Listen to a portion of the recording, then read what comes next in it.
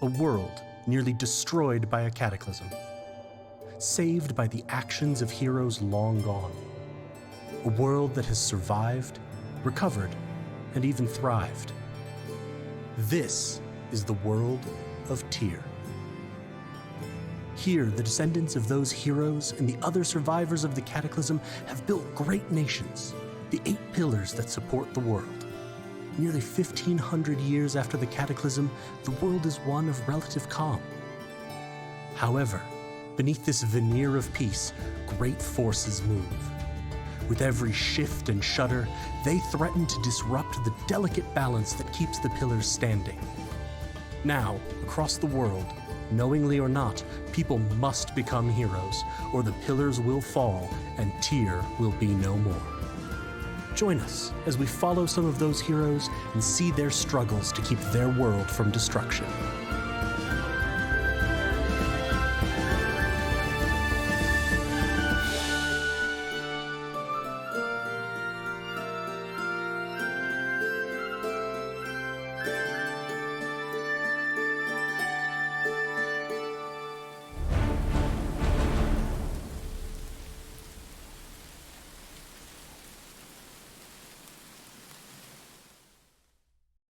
Hello, everyone. Hopefully, we are seen and heard. My name is Scholar Trainer, and I am the programming director and one of the founders of Helpful Goat Gaming, a small, independent game design and game content creation community. And tonight we're here to play a D&D 5e one-shot Tyr, The Shadowed Path. Our names are goofy on the overlay. Yeah, I was about to say, I am not I'm Lena. Joel. Sam is the only one who's right. It reshifted. I mean, when is that not the case, Chris? I mean, duh. Did we expect this to go well? Did I miss something? Cool, good, cool, good. I'll fix that. Fuck it, I'll fix it now. Good news is Chelsea says she can see and hear us. That's fabulous. I need something. Oh, and now someone has left the video, which She's makes back. which makes grabbing the cams even harder. We're just gonna make people fly around for a minute. It's fine. It's fine. We're all fine. Whee!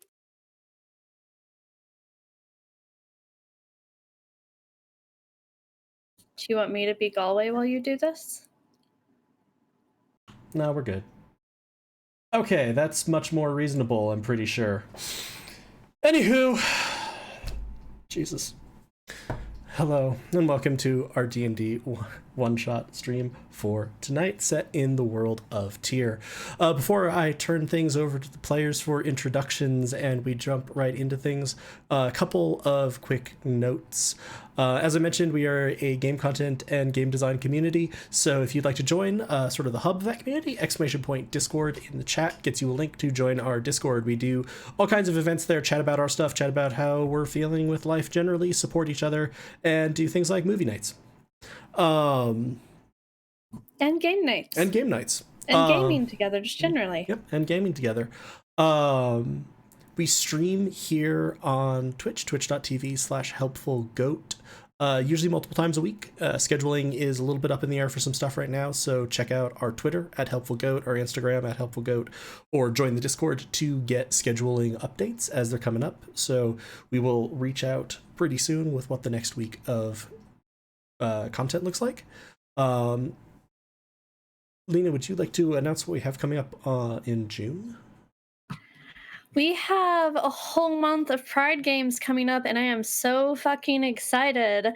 Everybody on this, except Galway, is going to be in at least one of the games. Chris is going to be in a whole lot of the games and is GMing 3 of them. Yeah, Chris is going to be in all 4 games and is GMing 3 of them, and she's going to kill it. It's going to be a whole month of Pride celebrations from all of our, well, not all of, the LGBTQIA community members who wanted to be involved, and it's going to be really fucking cool. I'm super pumped.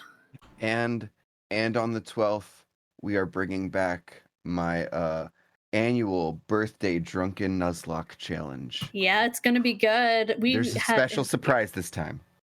Oh Lord! I don't know what the surprise is, but and it for that was you have to crazy you have to last join year. the Discord. Yes. But yeah, super excited for that. That's going to be so much fun.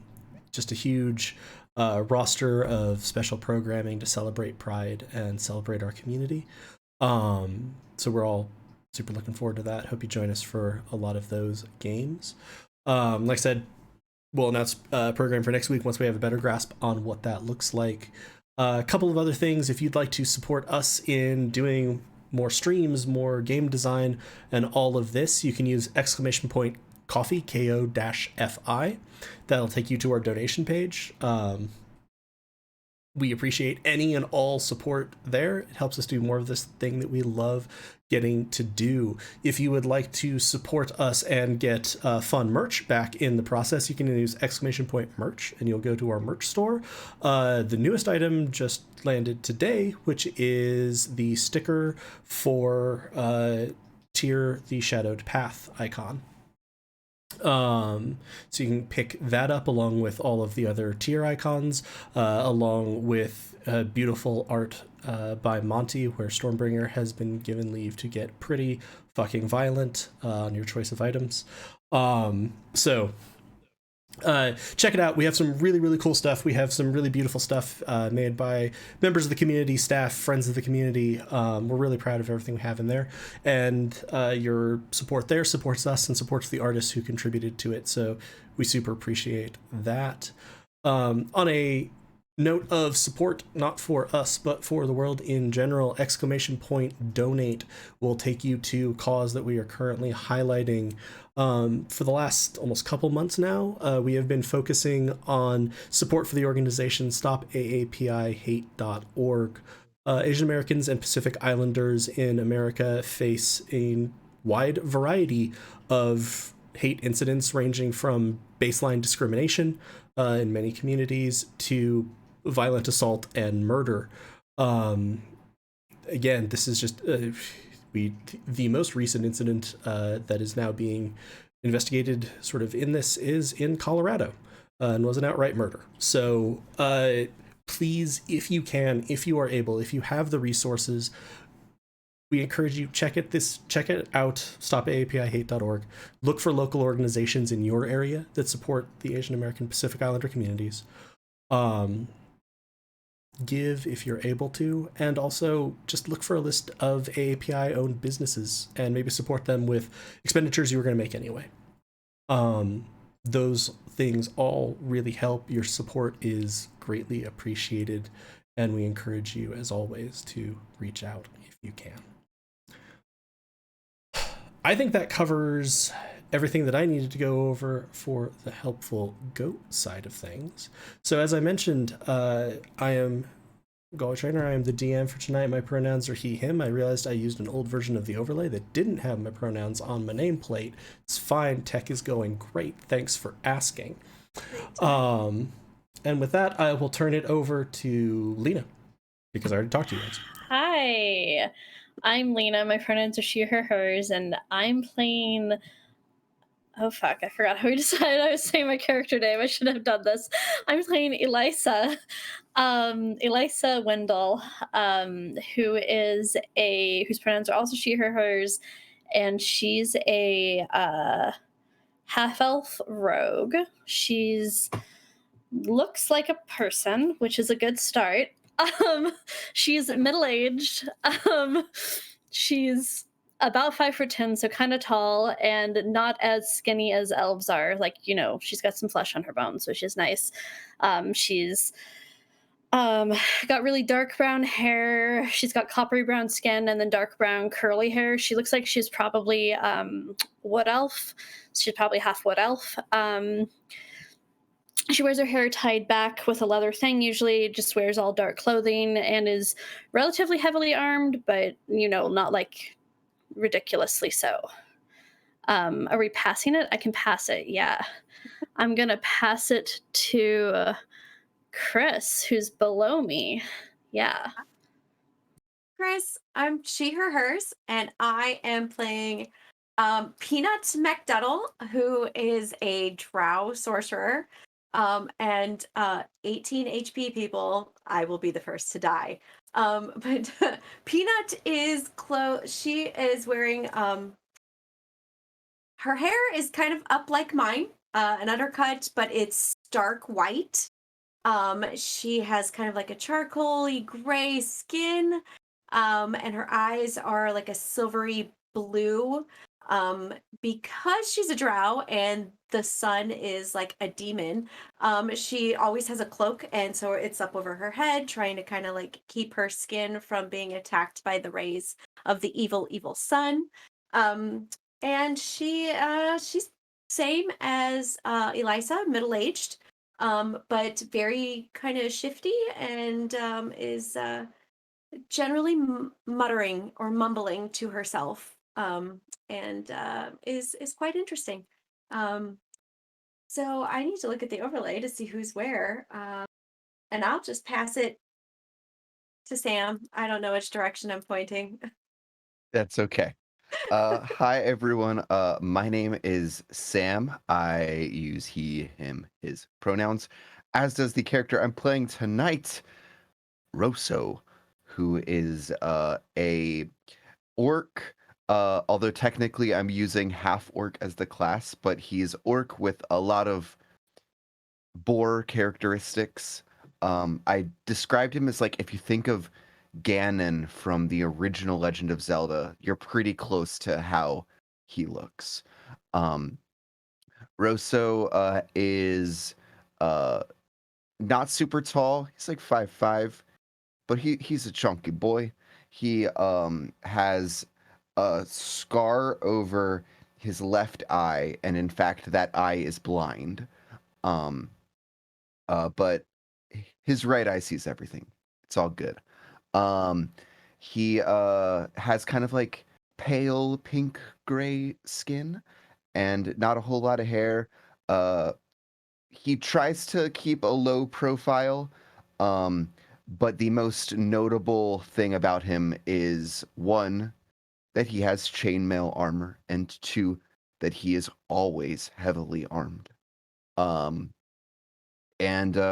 with that, I'll pass it up to Joel. Hi, everybody. I'm Joel. I go by he, him, his, and I'm playing. I did not practice owl hooting today. I should have done that. But I'm playing Owl Hoot, the Kenku, who goes by she, her, hers. Lost my train of thought there. All right, Owl Hoot wears an elaborate cloak with a hood, decorated in the feathers of lots of various birds, big and small. Poking out of the front of the hood is the large, black raven-like beak of a kenku that you've come to recognize. Even now, the yellowy, beady eyes underneath the cloak are darting from side to side and looking everywhere.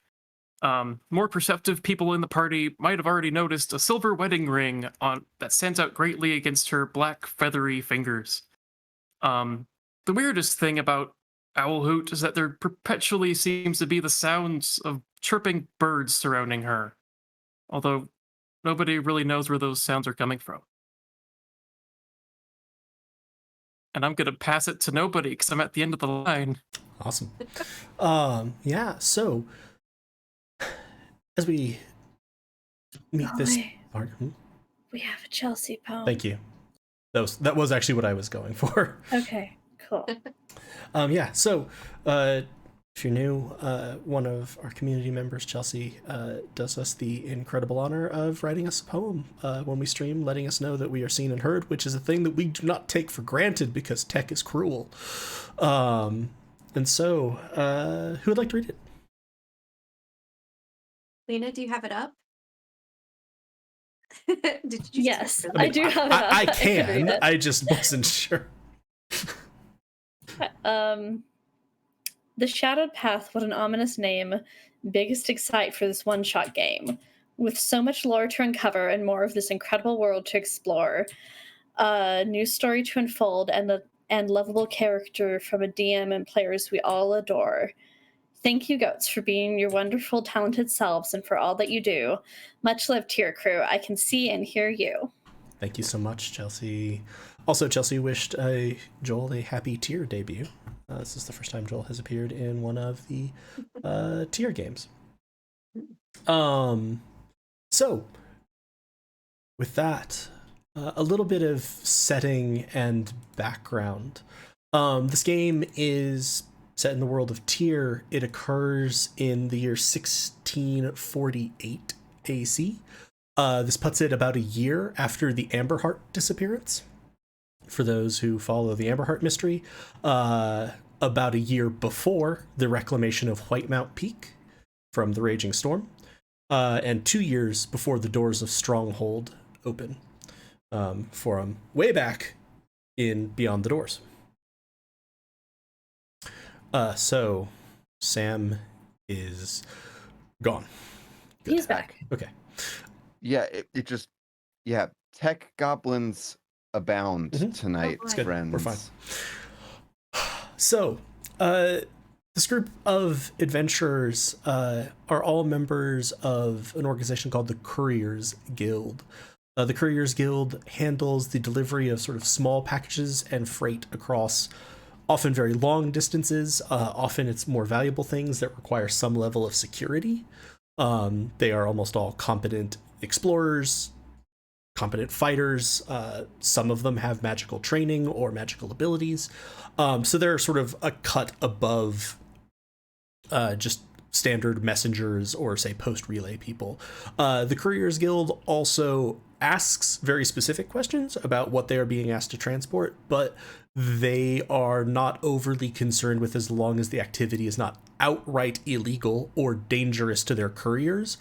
What it is, if you can answer sort of their questions around that, they're willing to transport it, as opposed to, say, things that are moving through more official post channels. So sometimes they handle less than above board cargoes. This group set out from the capital of Johin with a single package to deliver a small but relatively heavy metal chest that is secured with many large locks, which is not unusual for a package that the couriers would be delivering, that was bound for the northeastern frontier town of Coleman. The group made their way along the sort of standard path, and actually I will show you the path that they made their way along with the map. It's the red line there that isn't dotted. Actually, I'm not sure the dotted one is a red line. Hi, I'm colorblind. Anywho. Do we have a, okay, never mind.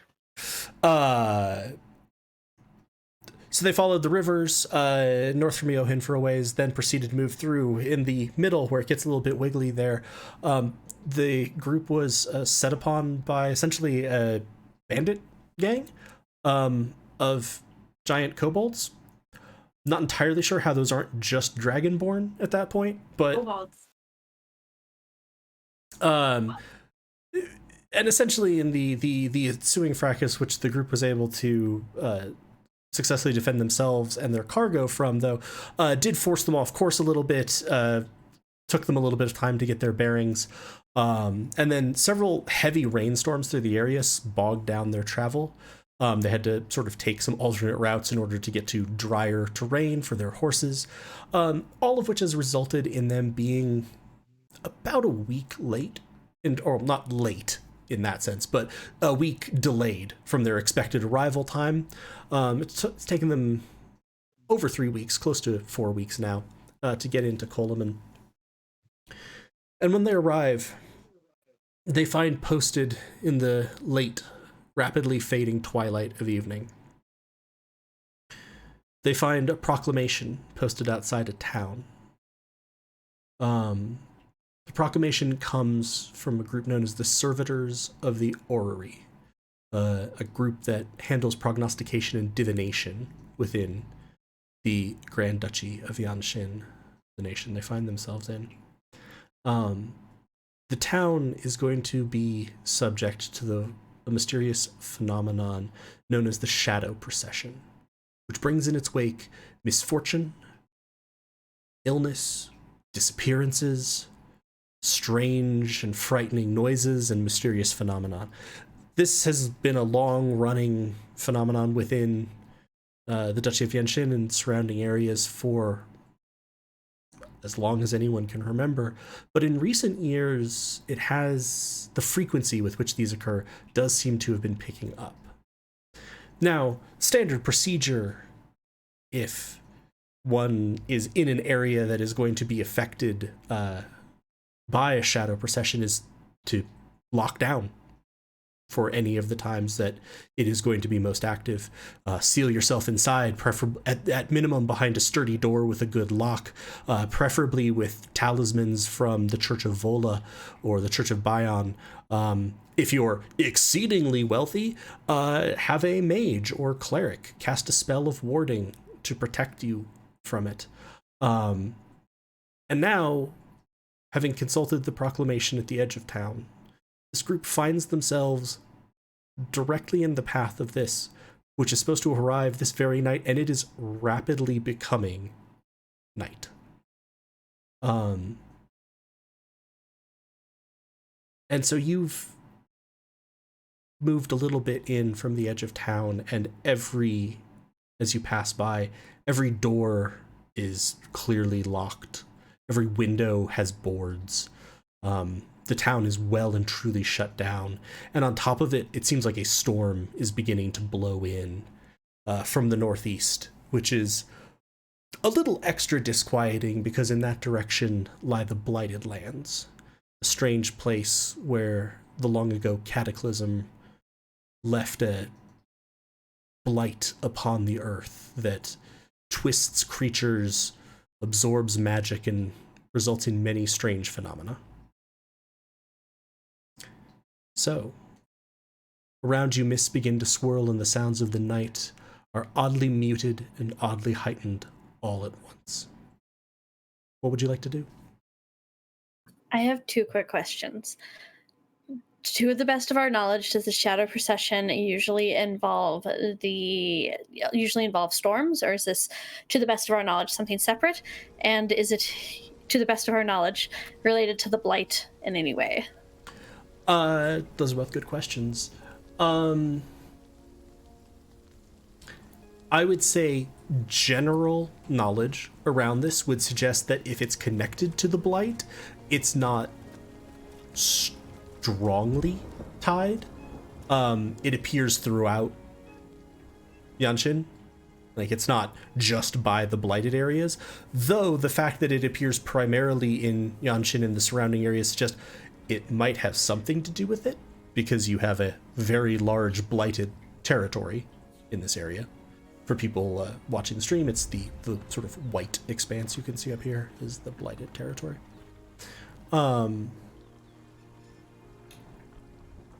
Storms can be. They are not necessarily so. And it's very hard to tell. There's no particular indication that, say, a shadow procession with storms is worse or anything else. It just seems like sometimes it can stir up other natural phenomena. Cool. Well, fuck. I think we need to get, fuck. We need to go. We need to go. Yep. Thank you, Hoot Hoot. Can I call you? I do call you Hoot Hoot. I've known you for years. Yeah. Thanks, Hoot Hoot. Where is he? Where is he? Where is he? I know he's here. I know he's here. He's doing it. Hey, Peanut. Yeah, Focus. hi, We need to hi. get the fuck Peanut. to the hostel now. Where is it? Where is it? What is all this? What is it? It's out to get me. I know it. It is. It's out to get me. It's out to get me. It's out to get me. Get me. Winnie. It's out to get me. Let's go. Where are we going? Where is Eliza's it? gonna start heading towards where she thinks the hostel is. Now I'm looking around here. Glorious DM. I'm specifically looking for any sort of telltale, like, this is a safe place to stay, but in thieves can't. Like, I'm looking for markings on door frames, looking for, just kind of sort of anything that I might be able to see that might point us in a good direction. Are you doing this just sort of as you're walking down the road towards like the general direction, or are you moving close to buildings and like working your way? I'm like weaving pretty close to buildings. I'm again not trying to get too far from the group. So you're moving quickly in order to make up for how much time you're spending like bouncing from side to side, but you are getting close. Yeah. Okay, go ahead and give me a perception check.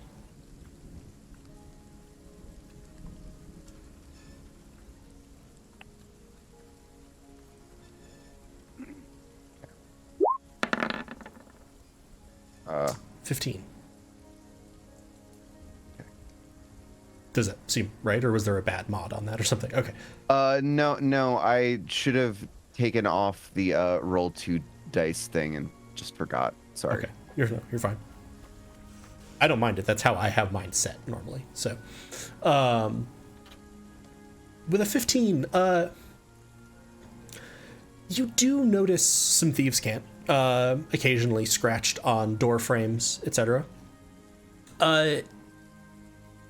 Coleman is, as people can probably see on the map, like pretty far out there and not surrounded by a whole hell of a lot.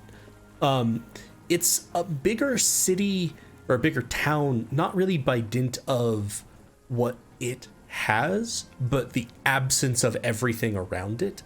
And the frontier that it's on, near the Blighted Lands, is a dangerous place. Monstrosities will sort of leave the Blighted Lands, etc., and that leads to a certain kind of lawlessness, if you see what I mean. Like, it's got that roughness of the frontier.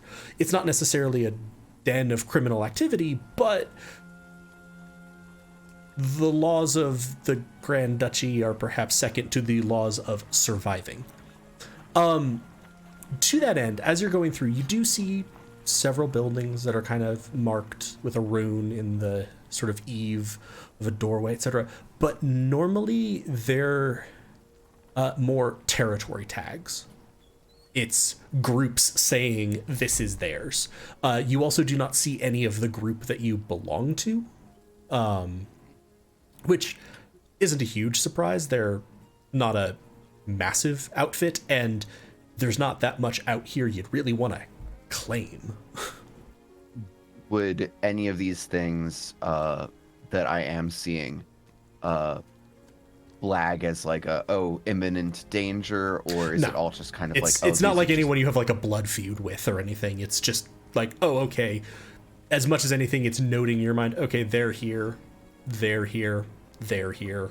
But certainly it doesn't seem like any place you want to duck in and try to spend the night. At the moment, it would seem like your best bet is still to get to that hostel. Elisa, as you're moving your way forward, you remember, and you've been to Coleman a couple of times. It's not a common destination for couriers, but you've been working as one for years. So you kind of remember that the hostel that you're going towards is in sort of the northwest of the town. You've entered from the southeast. You need to cross the river that's in the center of town. And so you're making your way sort of towards the center of town. It's getting increasingly hard to see. Mists. Because it's night? Because I have dark vision. Night is falling, but also mists are rapidly sort of rising and even whipping up from the wind of the storm. So even with being able to see with dark vision, things are still moving into, like, in D&D mechanics, heavily obscured because there's mist covering them at this point. So you're almost starting to have to navigate by sound, which is difficult anyway because of this same thing that I already mentioned, that some sounds seem weirdly heightened, some seem weirdly muted. But as you're moving forward, you do pick out the sound of sort of lapping water, the splash of water, which would suggest that you're getting near the river in the center of town. We're getting close to the river. We don't have, I don't know how much further to go. Probably not that much further, I'm gonna go with, because if I speak it, then it's truth. We don't have that much further to go. Let's just, yeah, come on, let's fucking hustle. I think they'll still let us in if we get there now. I wouldn't be so sure about that. Everywhere seems pretty closed down, but I guess it's worth a shot. I mean, they're expecting us, and we've stayed there before. You know, they have a contract with the Couriers Guild. If they let us die in the shadow procession, they're probably not going to get a lot more clients.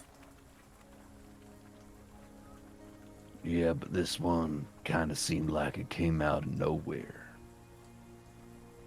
Let's just hurry.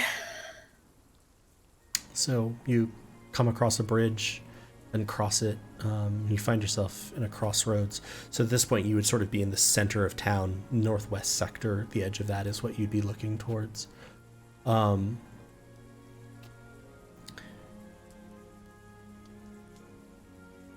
Elisa, through the mists, oddly muffled, but now you almost can't hear the river that you just crossed a bridge of, so everything seems to be muffled. You hear, you're fairly sure, a cry for help. How near to us? And how sure am I? You're quite sure, and it's fairly close, and it's in front of you on your path. It's towards the noble quarter. Perfect, good. Don't have to make decisions. I think there's somebody in front of us who needs help. I think swords out or whatever, hands out, I guess. Peanut. Yeah. Peanut has daggers. I have daggers. What? But now, we're not going out of our way to help anyone, right? I mean, we got a destination, directly on our path, I guess. So, we'll just hack and slash, save somebody, get into the hostel. We got this real quick. But stay on your guard. These parts are lawless lands, and could be an ambush. Okay, so with that, I will be casting mage armor on myself.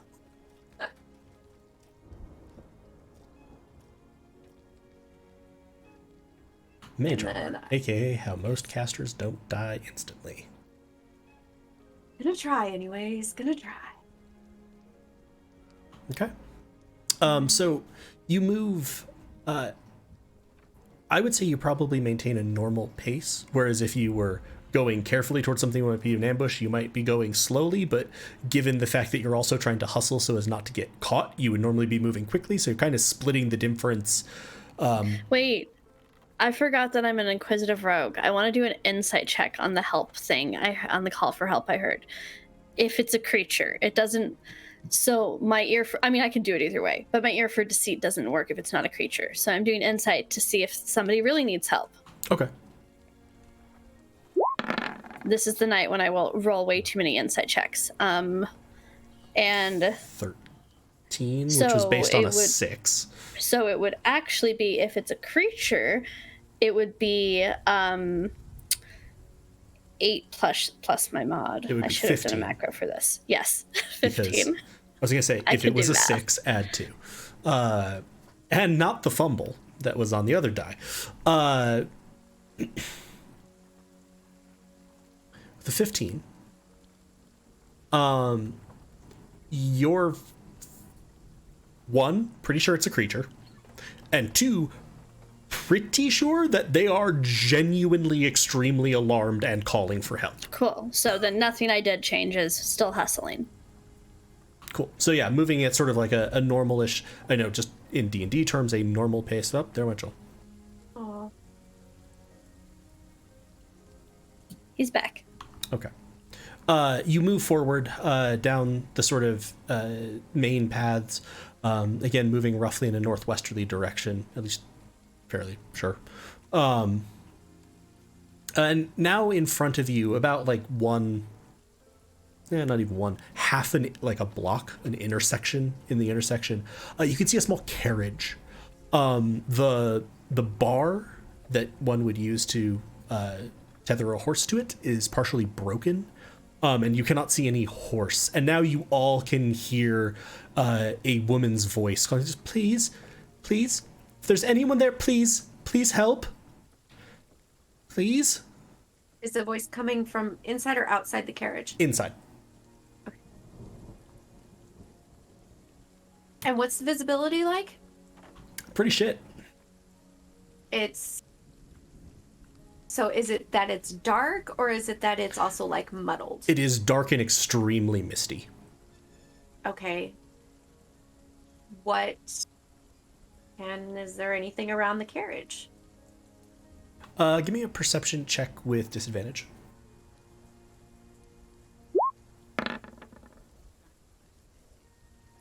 (18) with disadvantage. No, not that you can see. Okay. Yeah. I'll. All right, Elisa, you said that we could just go, but there's nothing near the carriage, so I mean, if you want to go and help, I'll stand here. I'll stand right here. I'll stand right here and keep an eye out. Damn high elf. That's what I'll do, is I'll keep an eye out for that damn. And then we can go. We can go, right? Yeah, we can go. Peanut, I really don't think this is the high elf. I mean, he's a tricky son of a. Okay, it's just you've said that as long as anyway.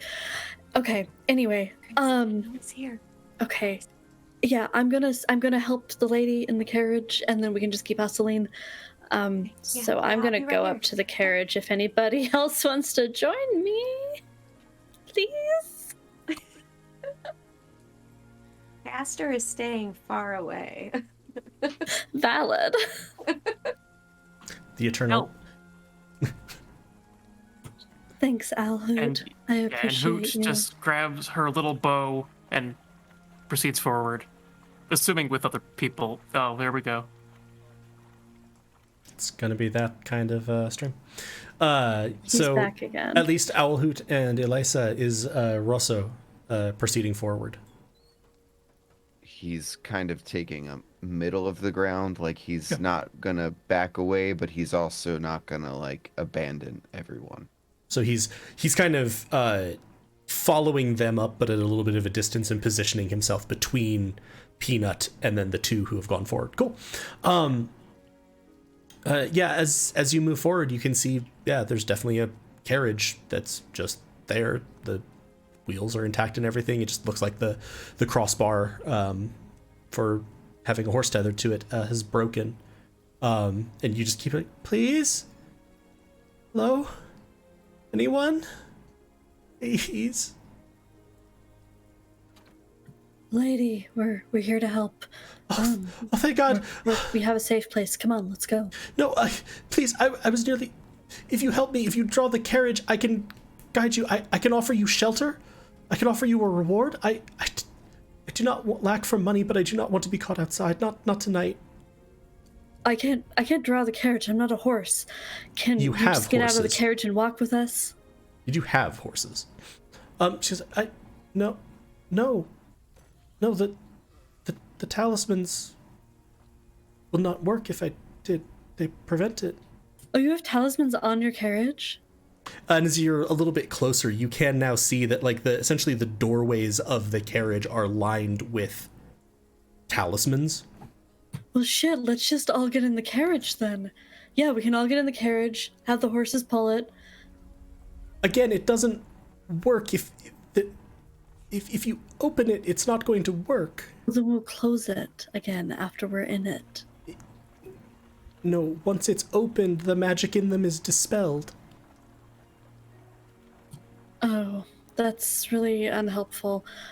Please, if my house is also warded, if you can just get back there, I more than happily will put you up for the evening.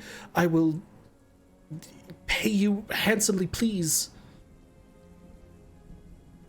Elisa, is it the high elf?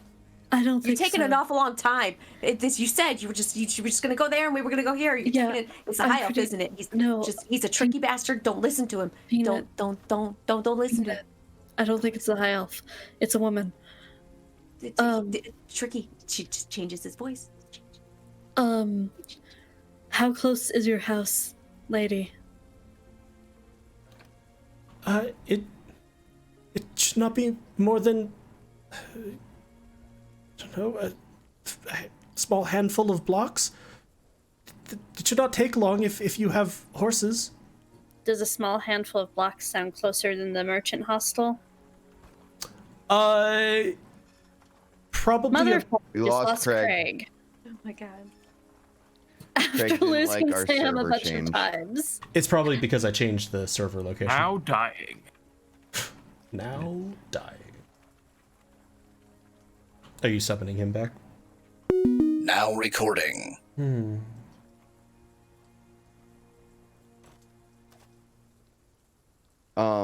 My one question, and I guess this would be an insight roll, is does serving, based on appearances, does serving this lady seem to, would it be worth our while?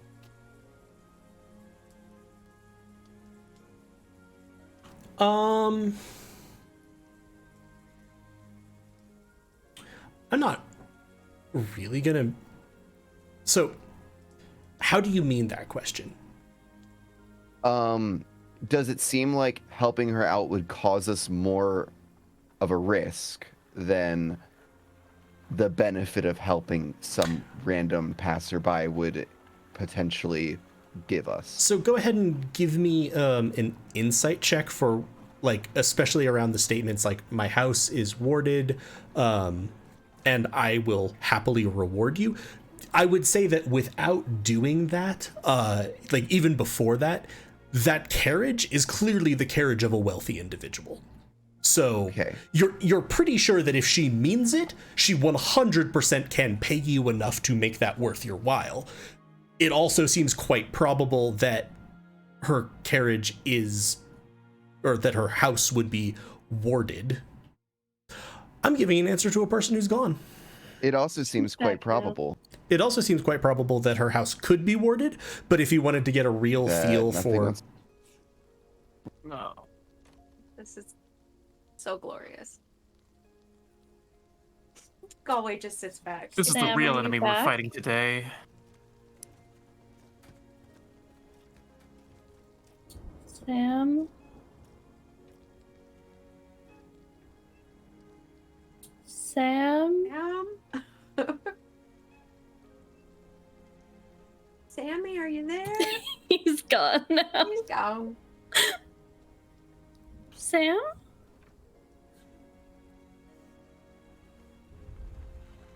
Why is it always the person who's asked me the question, too? I'm don't hoping know. I'm far enough in the country that it won't kick me out, but I have dropped in my pings, so Lower ping is I'm good. only a matter of time. It is? Yes, you want lower Alright, it's ping. at 28 now. Okay. Yeah, that's good. That's good? So for the record, I 100% did not hear the fact where this person said that their house was warded and all of this stuff. And Valid. Oh, that gives me much more context for why you were asking those questions. Cool. I also, Yeah.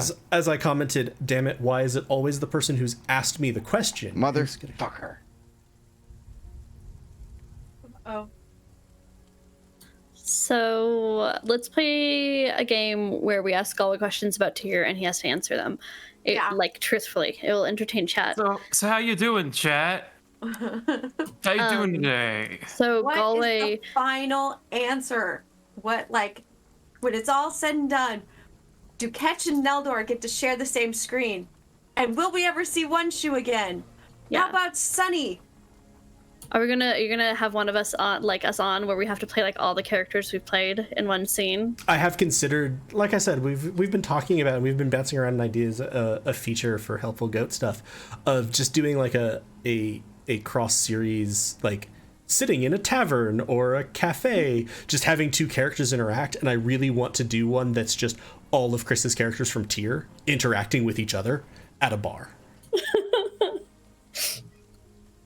Yeah, that'll be great. Can you hear Okay. me, Sam? Yes, I can. Okay, cool. You are frozen, but everyone else is moving. I think that's probably good enough. If you Yeah, can I hear me, mean, I'm hey. okay with it. Yeah. All right. Can I roll that insight? By all means.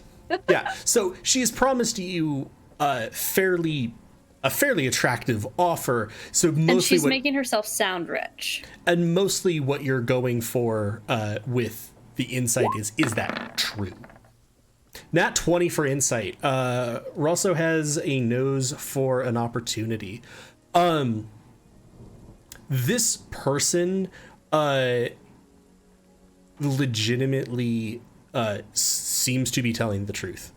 She's terrified. She is perfectly willing to reward you. It seems like her house would be a safe place. She is offering you the ability to stay there. You're not as sure of where like the merchant hostel is, but I would also say that another thing that stands out to you, Rosa, is just getting to the hostel. You're going to have to see if you can convince them to open the doors. This woman has freely offered to let you all in. Okay. Yeah. All right. Again, I'm sorry, I missed a lot. I know that her carriage is broken, but what is she specifically asking us to do? Essentially, to get her carriage back to her house, which you have horses, which it'd be relatively easy. It's a single horse carriage, so it's not like it's a massive carriage or anything. Then, yeah, if Rosso's still on his horse, he's gonna hop off and like, fine, let's get you where you're going. Oh, thank you. Thank you. Yeah, let's just hurry. Let's hurry though. Okay, fast. So yeah, you sort of hitch one of your horses to the carriage. Rosso's probably. I'm also gonna call back to Peanut. Peanut, we're going to this lady's house instead. I don't think she's the high elf, and it's closer. Okay, as long as you're certain. I don't want any surprises. No more surprises. You see this mist? This mist is everywhere. Yeah, this sucks. Let's fucking get to safety. As you sort of say that and your gaze is darting around, you look behind you, and there's a hanging, sign advertising like a smithy. So thought you were gonna say a hanging body. No, not in this case, but you look back, this hanging sign that's essentially a wrought iron depiction of an anvil is standing up as if it's inverted. Like it's just hanging up in the air as if it was trying to fall into the sky. Yeah, I think we need to go now, because the sign's confused, and I'm not 100% sure I'm on the right side anymore. I don't know what that means, but I agree. We need to go now. Confused? Yes, Hoot, confused. Hoot turns around and then finally sees the sign. Just gives a wide-eyed look. Yeah, so you hitch. It takes you a minute because the bar is broken, but you sort of jury rig something, and from inside she's like, yes, it should just be to the right and then a couple of blocks and then to the left for a couple of blocks, and that should take you to my gate. And if you follow those instructions, you're moving along. You move at a pretty good pace.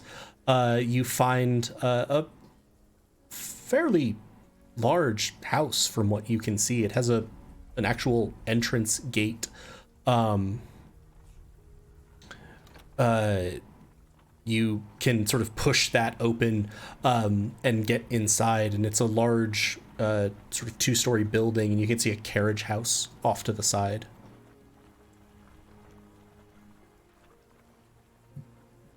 I don't personally give a fuck about putting the carriage in the carriage house, and would,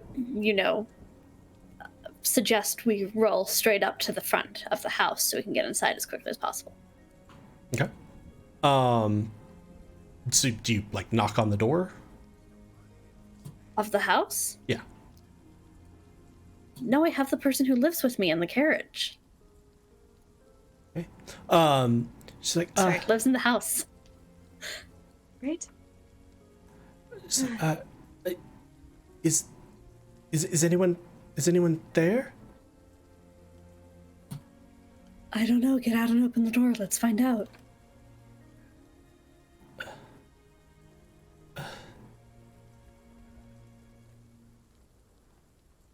I think Sam said something, but I couldn't hear him.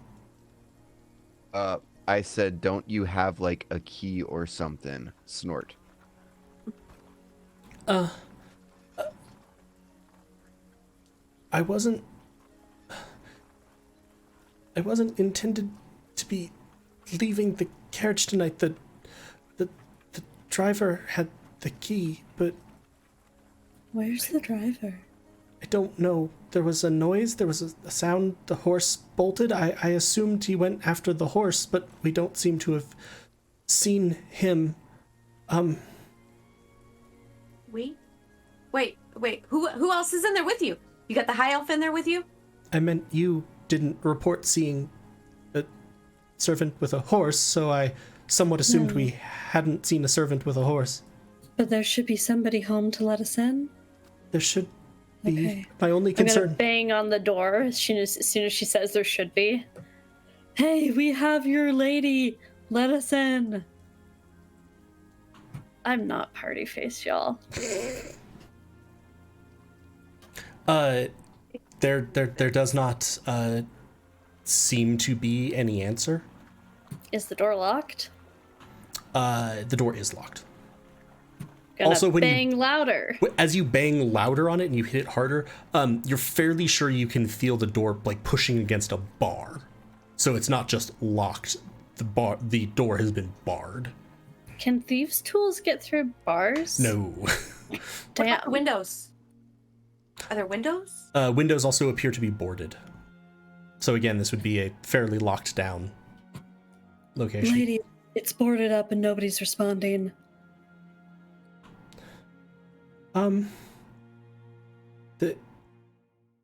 The carriage house shouldn't be, and it inside those gates. The carriage itself should be secure. It was very well warded because it was a long journey. There's a warded room above it as well you could stay in. Okay, cool. Let's go to the carriage house. I suspect that the servants have locked up the house. They may have feared that some misfortune fell upon me on the way. And we can't hear you again? Am I audible now? Yeah. Yes. Don't know what's going on with that. Anyway, so Rosso's gonna turn to her and like whip out his battle axe and be like, I might have a way of getting us in. Do you need to go in there?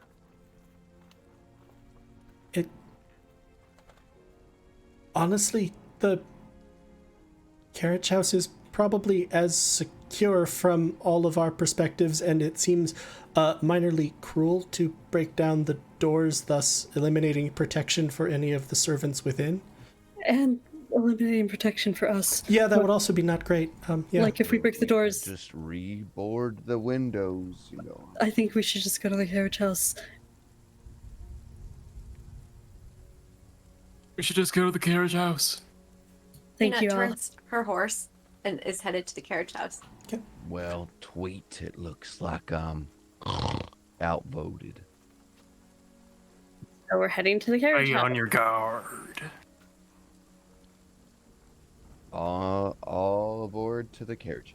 Yep. So you go and you can pull the carriage house in. You can slide the sort of carriage bay doors closed. And you actually can see that inscribed on those is a ward. And there is a like fairly weighty chain to loop around the doors. And then with that, okay. There should be a door just at the other back wall. It leads to a stairwell, and the entire second floor is a general carriage house quarters. And the entire second floor is warded? Each door would have been warded, yes. So, Okay. are you coming out of that there carriage, or what? Honestly, the wards on this are stronger. But Okay, so if I can't see you, I'm starting to think you're the high elf. I mean, or you're somebody who, like, how do we know that you're a person? What are you doing in there? Where were you going? Can we see in the windows of the carriage? no, it's a They're- sealed carriage. Okay. So she's just like shouting, I guess? Pretty much, yeah. Okay. No more surprises. I agree. But I think we should probably just get up to the warded floor. Although we could probably, whip out our battle axe. No, I'm good. We should get up to the second floor.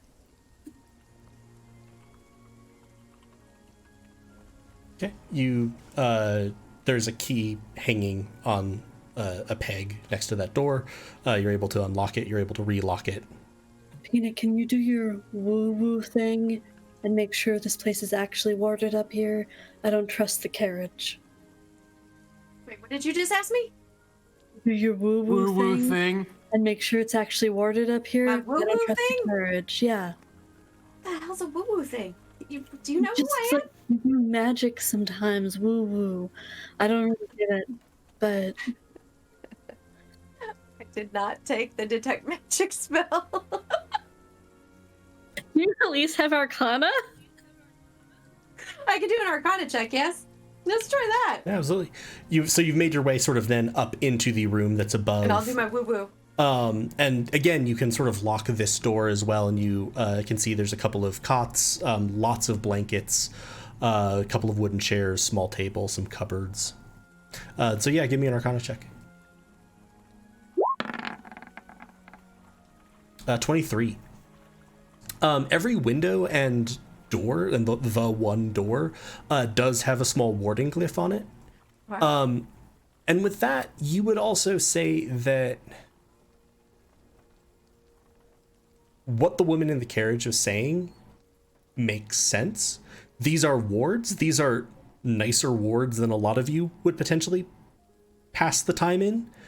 But from what she said with like opening the door would destroy the wards, those are more powerful talismans at that point. So being inside a building is one layer of protection, and then if something went through the carriage like bay doors, it would be extremely unlikely that it would go through the carriage as well. It'd be pretty unlikely that it could get to you all. Like at that point, you know, it's as much as it's not always associated with a storm, you can kind of think of it like storm damage.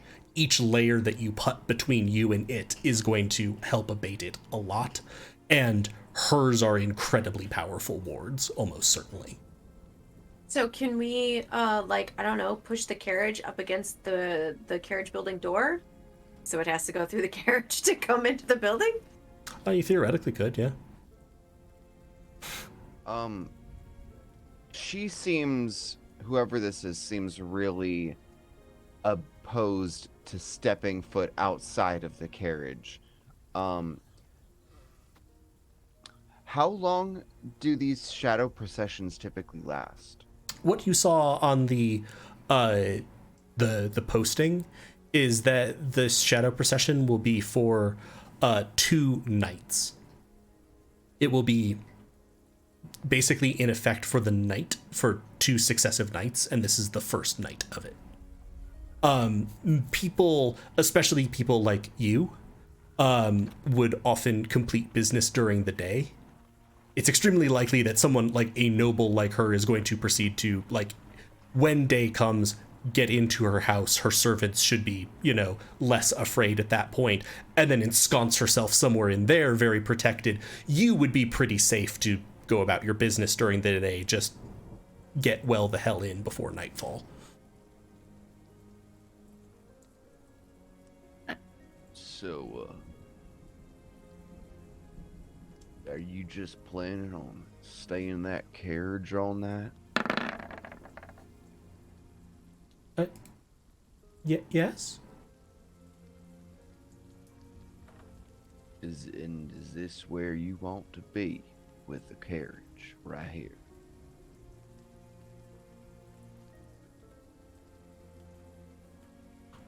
Yes, I think that if the members of the household have already secured themselves and gotten themselves presumably into their rooms with wards, I don't know if we could rouse them, and I wouldn't want them to be less protected.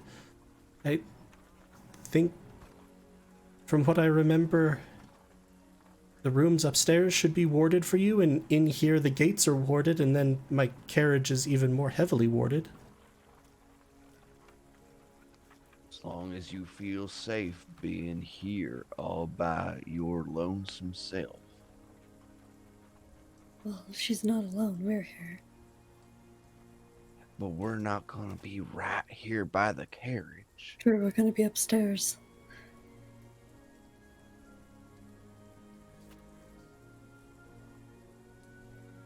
I guess. I get, if your mind's made. I greatly appreciate you getting me here. In the morning, I will be happy to provide you with whatever reward or support I can.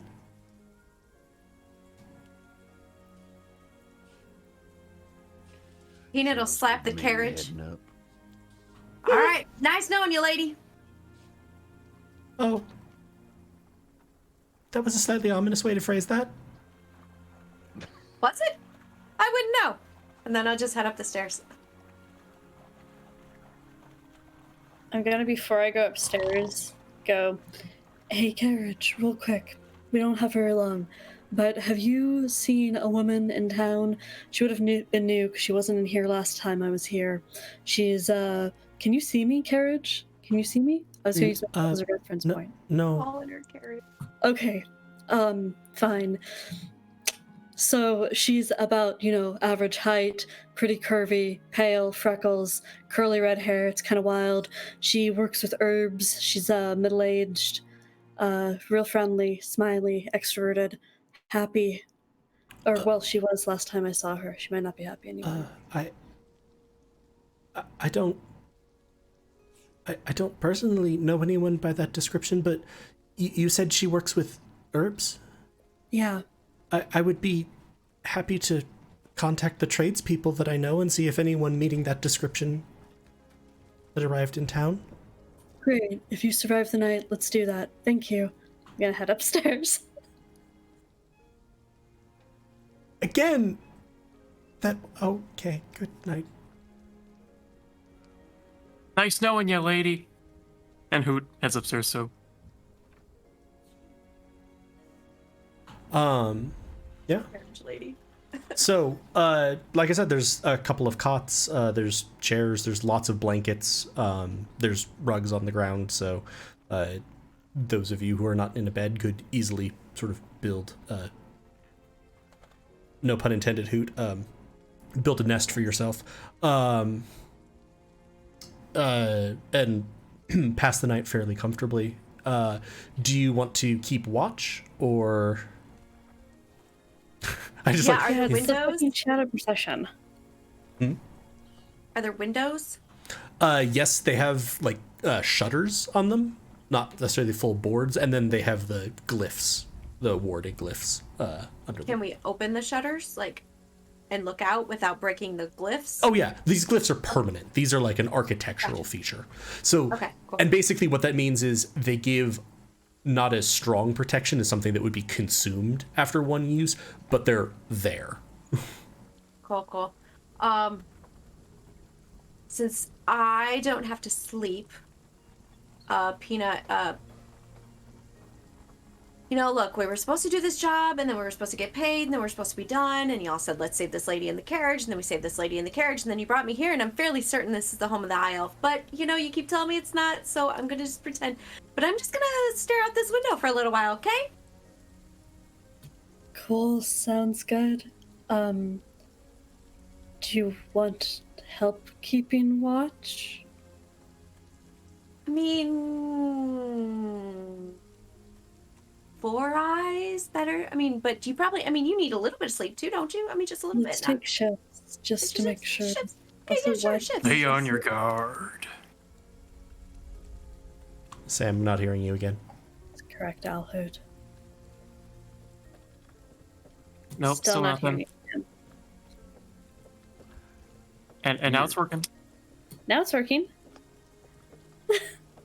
Well, Oh no. God damn it, now he's frozen. Sam, if you can hear us, you're frozen. Okay, he's gone. Are we hearing me now? Yes. Yeah. Okay, well, I just made a joke, and so it doesn't matter. Oh. Oh. Okay. So I think we're gonna take shifts with the watch. Why don't your character sleep, Chris? Well, I'm an elf, so I mean, I don't have to like actually sleep. I just do the meditation. Right. Okay. So she'll remain conscious and aware Cool. throughout.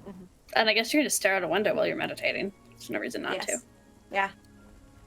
Okay. So, do you want to have basically if someone took shifts 1 and 2 of watch, after that point, Peanut will be entirely awake and like done even with meditation.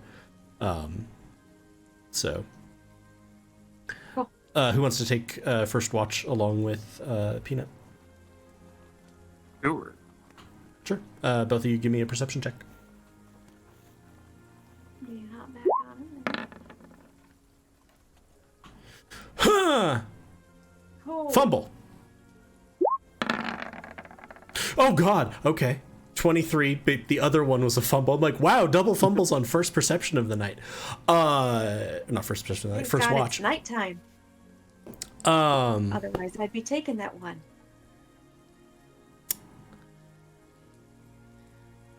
Peanut. As you're sort of watching out, the mist has just sort of encased everything at this point. The wind is howling, but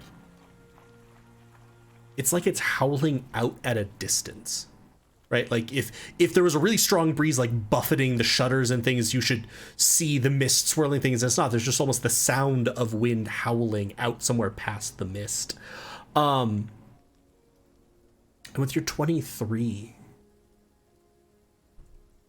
through that howl, hear just the little edges of it. And Hoot, you also hear this as you're kind of pacing around looking. It sounds like a voice or voices whispering just outside the window, but when you go to look, there's nothing there. If you move to another window, now it's just outside that window. And it goes for long periods. And you sort of like, okay.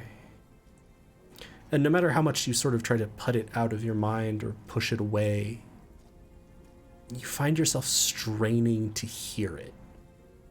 Sort of breathlessly waiting for the next time it happens, for the next sound it makes.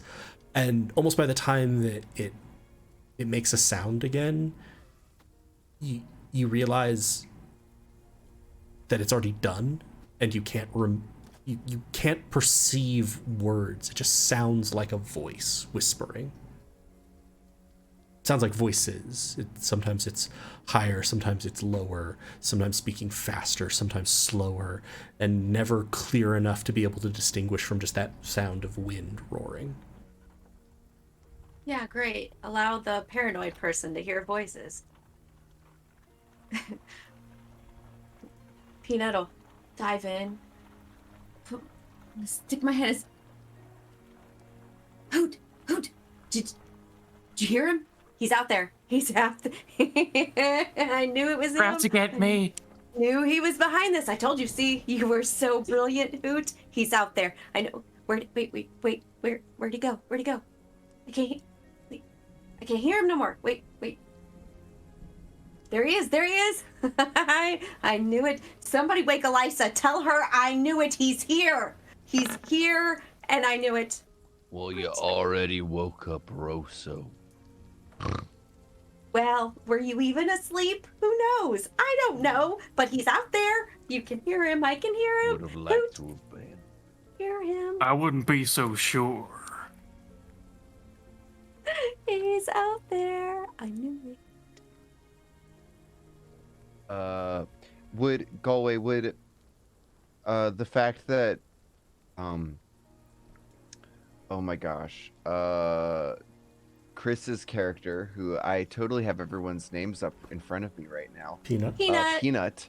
Peanut would have dark vision, right? So would that have helped at all? I have 120 feet in dark vision. Not especially. Like I was saying, the mist is essentially just right up against the windows at this point. Oh, okay, so it's all sound based, I guess, at this point. But yeah, with that, nothing seems to happen. The windows never rattle. You don't hear any sounds from downstairs. There's just this odd whispering. And with that, Hoot, your watch is done, and you can wake up the next person to take over.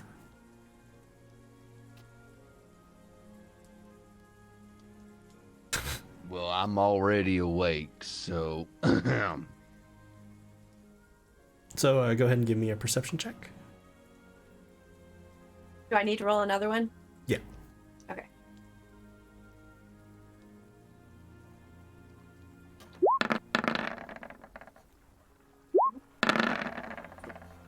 Uh, 10 and a 9. It's Peanut, you almost can't hear anything other than those whispers at this point. Like you've just gone into fully straining and like trying to blank out the times when there's no sound, just waiting for that next whisper. Gotcha.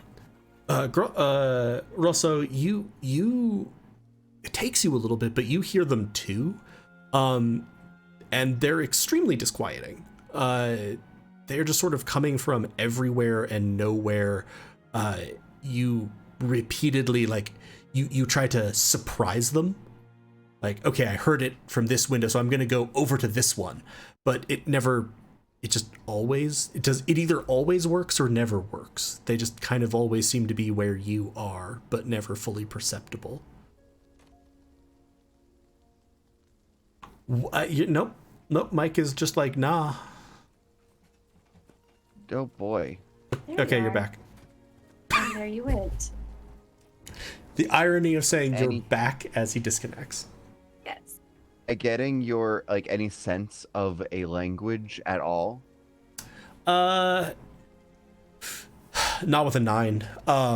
It's blended too much with the sound of the wind. Like, you're barely able to... You're kind of on the border of wondering if it's words or just wind. And with that, your watch is up. You can wake Elisa, and Peanut, you are now able to be sort of up and moving around. Sweet. Anything happen on the watches? He's out there. I told you he's out there. He's been talking all night long. Everybody's heard him. Everybody's heard him. It's your turn now. He's out there. He's going to talk to you. Okay, Peanut.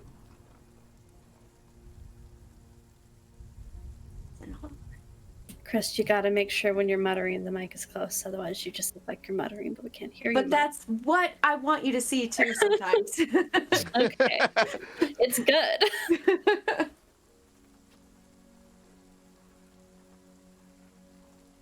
But that's what Peanut's going to be doing, is just that muttering and kind of walking.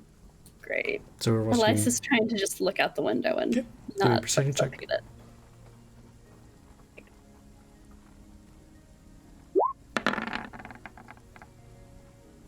12 for me. 12 and a 17.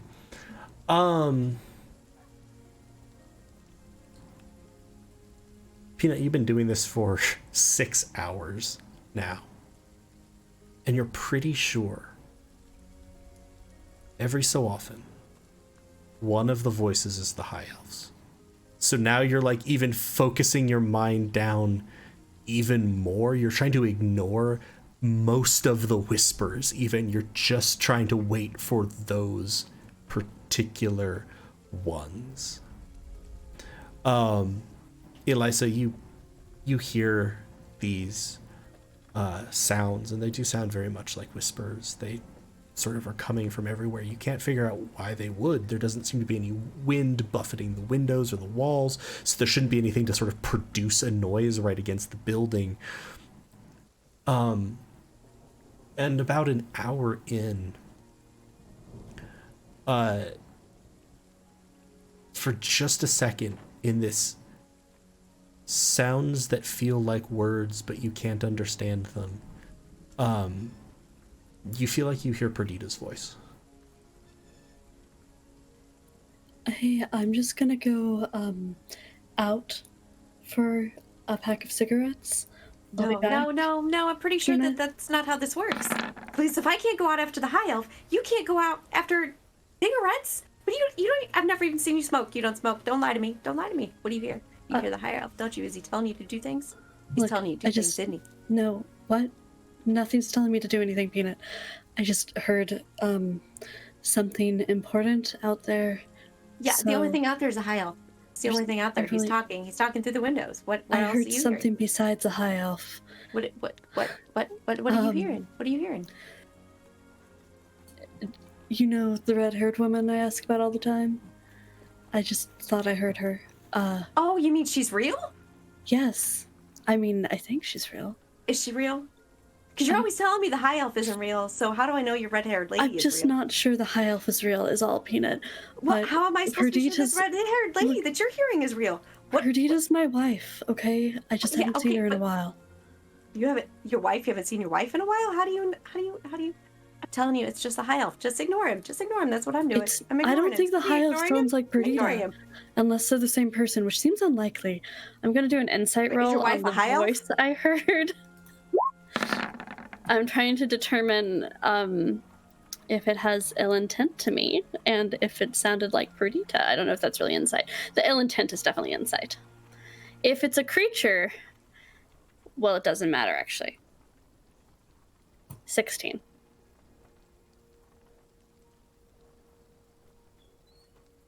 Yeah. You're not sure if it's a creature or not. There is no... You can't understand the words that were said if indeed they were words, but there is no warmth in this sound. I think something's wrong. I gotta go. The sun's coming up soon. I'll be fine. No. I'm just I think gonna- maybe we should stay right here. You had me do my woody woo woo, and this place is where we're supposed to be at the moment. Otherwise, I mean, we should just wake up everybody and we could all go out, right? I mean, You it's don't all just- no, it's okay. No. I need to find Perdita, okay? It won't be... The sun will come up. We'll be fine. She's out there. I mean, no, I'm pretty sure it's a high elf. I don't think it's your wife. Is your wife a high elf? Have we had No, this she's a discussion? human. She's a human. Why is she hanging out with a high elf? She's... What? She's not. I'm going. No, I'm fairly certain it's only the high elf out there. I don't even know what he's saying. I mean, he's just out there talking. He's rambling nonsense. Like, who rambles nonsense? I feel like if you're going to talk, you should say things that are important and not just ramble nonsense. And he's just rambling the nonsense. And I don't think your wife, your beautiful red-haired maiden, is out there hanging out with the high elf. And you said you wanted cigarettes, so you're lying to me now. And now Take you're your own lying. advice. I'm sorry, what? Are you talking again? No, we're not supposed to be talking. We're just supposed to be listening to the high elf out there talking. And look, the sun's coming up. The sun's coming up. It's all good, right? We can go outside The sun's now. coming up, all so of I'm us. just gonna go find Perdita because I've been looking for her for 10 fucking years. So I'll be back. And wow. What? No. Hoot. I'm gonna start heading down the stairs. I did. Hoot. Towards the stairs, Hoot. anyways. Hoot. Peck her eyes out. She's trying to leave. Don't let her leave. Don't let her leave. She's in cahoots with the high elf. Stop her. I can't. I assume that Elisa's already like He's like walking away. gone. Yeah, it's a little too late. Hoot just kind of Wait, goes. why? Eh. Ah. This also, I guess, might have woken Russo up because we're being quite loud at this point. Peanut's already woken him up once. Is it actually becoming light? Like, is the daylight coming up now? It does seem to be, yes. I just also enjoy the fact that I literally announced this in the Discord of, let's see how far working professional relationships can take this party. This far. First long rest. Down in flames. Down in flames. So yeah, if nobody is physically stopping Elisa, then she's heading out to find Perdita. Okay. You head down the stairs. You open the door to the sort of carriage house. And from the carriage, you're like, oh, hello. Is it morning? Not quite carriage. It's okay. I was gonna go check something out in the mist. That seems like a very bad idea. Peanut was trying to say. Also, she said high elf a lot, but Is that so? So that's the one who keeps talking about a high elf occasion. Yeah, she does seem to talk about high elves a lot. I'm not entirely sure why. I'm just gonna. It's okay. I just gotta nip into the storm for a quick jaunt. Gotta run a really brief errand. You're fine. You've got wards on your carriage. Or your carriage. What? What? No, also, my concern here was primarily for you, if it's not morning yet. Peanut said the sun was coming up. I know that you all knew each other prior to meeting me, but has it occurred to you that this woman says a lot of things? She does talk a lot, yeah. Anyway, I'm just gonna go. I'm gonna head towards the door. Okay. Will Hoot Hoot have caught up yet? You're just walking. You're not like wind Yeah, sprinting. I'm walking. assuming so. This is true. Hoot is also curious, but probably knows better. If it helps Hoot's decision at all, Peanut would have just sat down.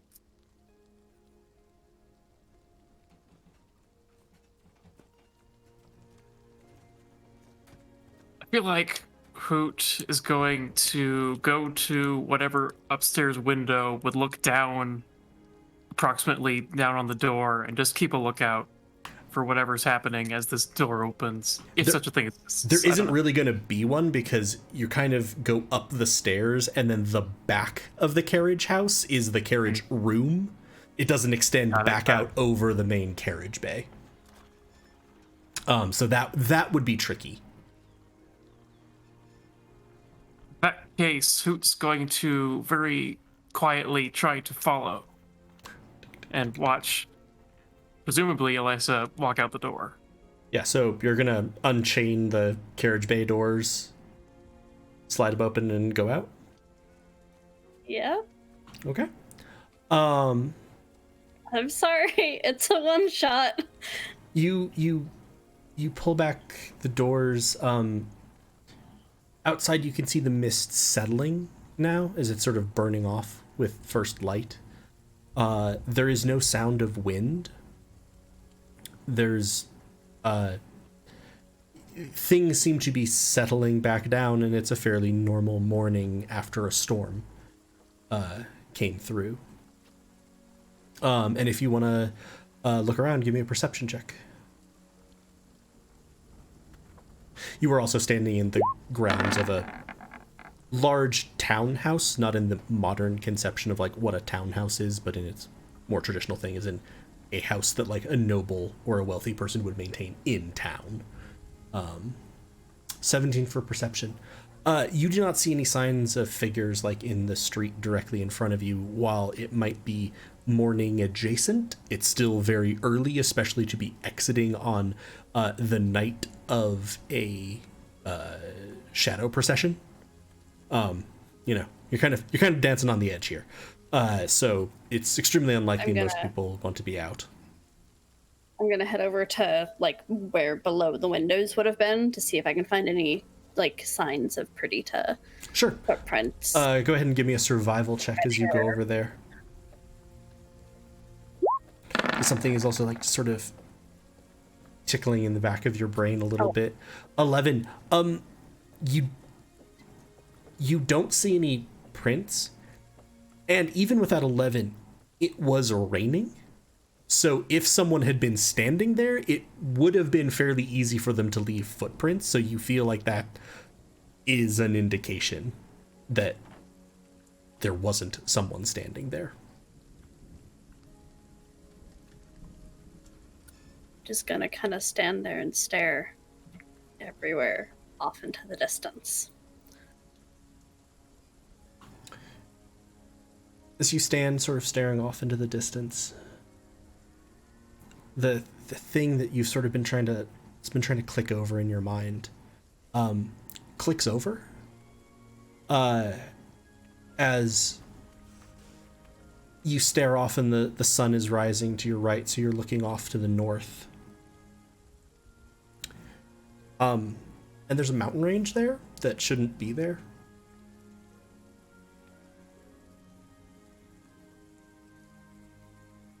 Like, how shouldn't it be there? Like, it's Like there's not like a mountain range there. close. Like, Is it like a mirage or like Kolomen is in fact the high ground that is then sloping down to the north. Mountains. While you're doing that, Hoot, you've watched Elisa exit. Did you keep going out as sort of you've made your way down, admittedly quietly, but you're going to hear the woman with the carriage. I really don't. Oh, she opened the door. Hello, is anyone else there? Your friend has Hello, your friend has exited the building, and I'm a little concerned. Please not Peanut, please not Peanut, please not Peanut.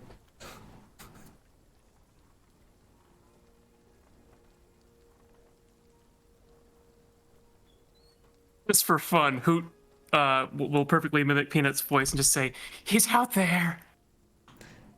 Damn. Yes, your friend. How to get me? Your friend went outside, I'm fairly sure, and I'm concerned that she said it's not morning yet, so I don't think she should be out there. It's not what she said. She said Peanut said it's morning. But first you were like, it's not quite morning, because she was saying, you know, could you help me out?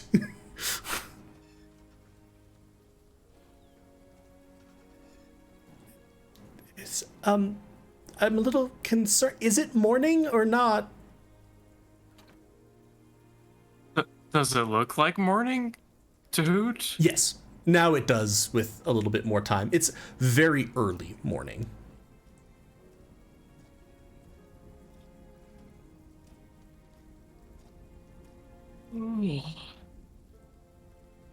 Yeah, so Hoot kind of walks over and makes the sound of like morning. No, let's make like a rooster. Okay. Some of you make very interesting noises. and like Stay on your guard. right on cue, you're gonna hear like pots and pans and stuff like crashing as Rosso is rummaging around looking for coffee accoutrement. It's not going well for you so far up there. Dang it. How far's Bork gotta go for a decent cup of coffee?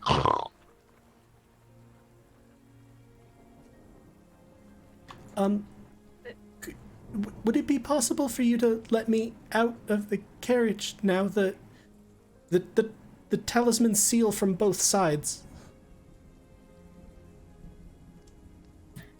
This is Lena, but don't do it. This bitch was sealed into a carriage.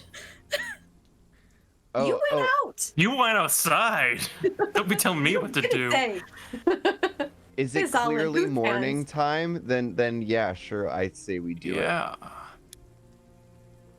Yeah, I think I think Hoot's just gonna go over to the carriage, see what kind of locks, with latches, whatever it is that's keeping the door in place. So essentially, what she needs your help with is you can see that there are a series of talismans just pasted on the edge of it. She's like, those require being deactivated on both sides at once. It's in case anything tries to compel me or the driver.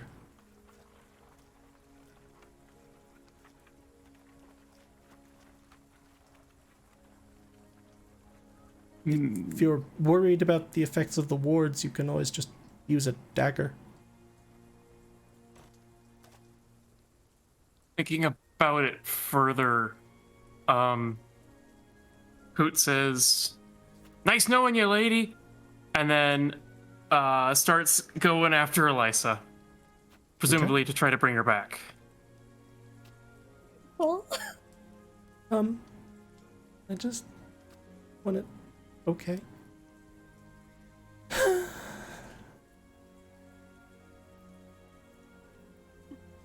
Maybe I would have done better. Is Peanut still seated in the room? Yes. Okay. Have you left the room? I think upon recognizing the fact that my attempts to get Fiend were futile, Rosso's gonna head down to the carriage. But he's gonna look kind of around. Do I see Elisa and Hoot? No, I feel like there's just open carriage bay doors and half your party gone. And as you sort of, move heavily down the stairs of the carriage. Okay. Hello, I don't suppose I could get out now? Now 2 of you, I believe, have run out, and I still haven't gotten a clear answer on if it's morning. I'm a little concerned. Listen, I don't wake up until after the rooster calls. So it is morning. Can I get out of here then? I don't know, can you? And Can you help me? Just yes. Yes. talismans. All right, let me help you out here.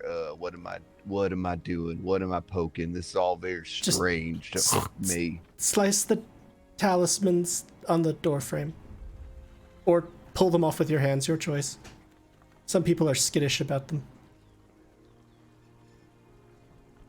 I don't care. And he takes a kind of a claw and starts scratching at it. And you'll sort of hear a similar process occurring inside the carriage. With the last one then, I will say, Hoot, you have turned the corner and seen Eliza just sort of going...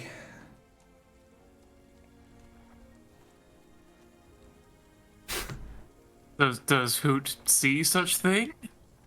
Hoot sees mountains. Hoot's Okay. pretty sure that mountains aren't supposed to be here.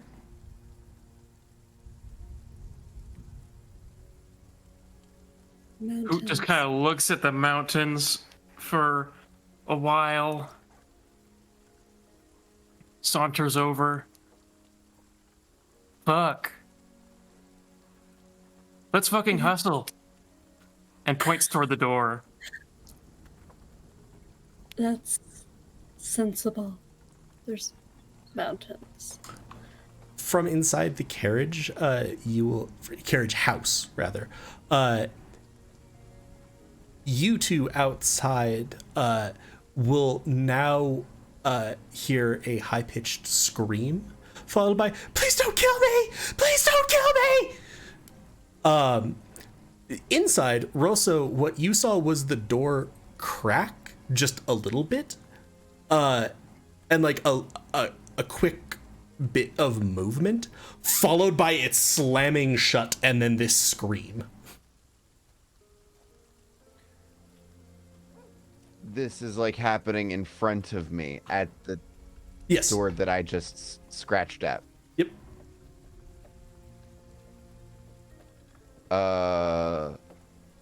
I'm gonna try to open it.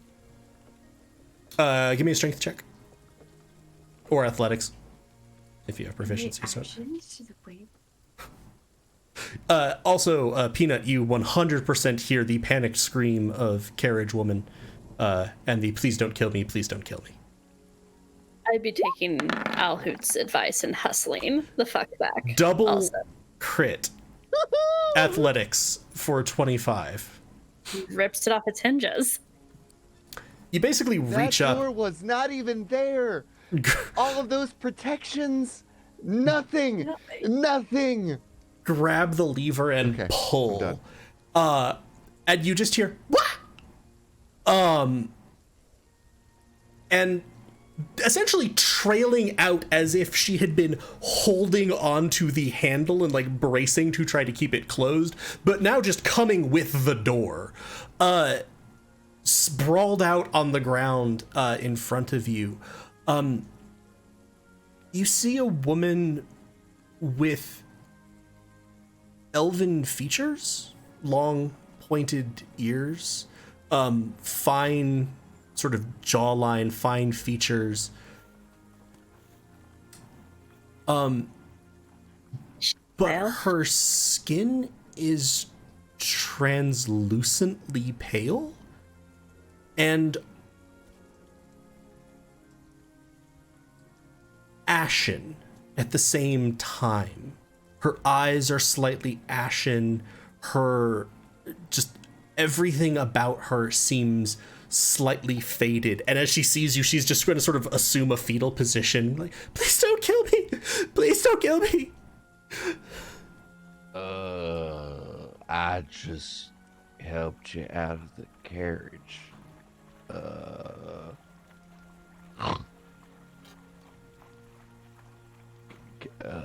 You, Can I take you into the carriage house? you don't wish to. You are not like. Listen. Crazy things are happening here. You told me you would give me some stuff if I helped you out. I would like some stuff. Isn't this what you wanted? Yeah. You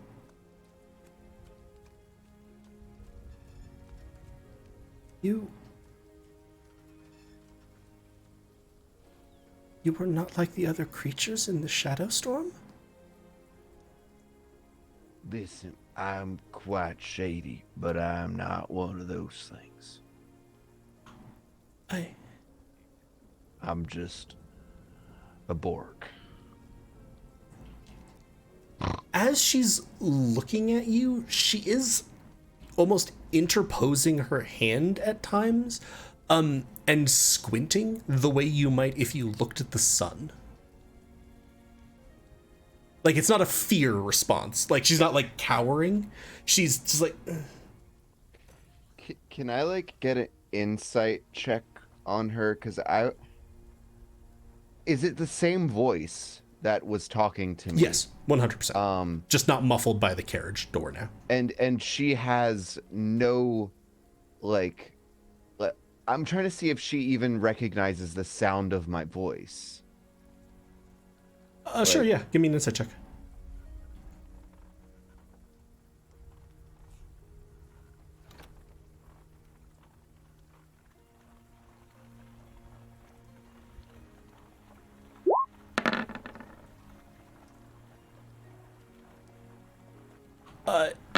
She mostly just seems terrified. It's hard for you to tell anything past that.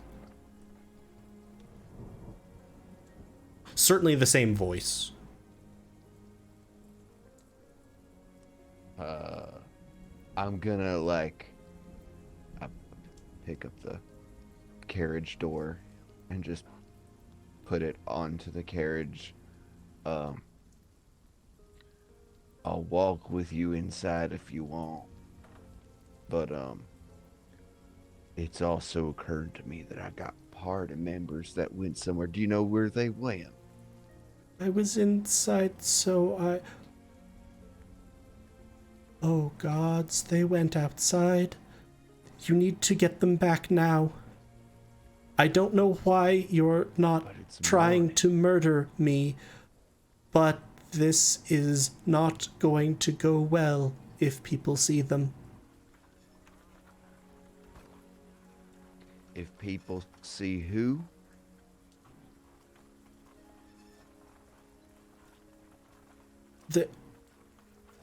Are the other people with you your friends? Are they like you? You're talking in all sorts of words that sound like they should make sense, but I'm just real confused. Like me? I mean, they're not all Borks.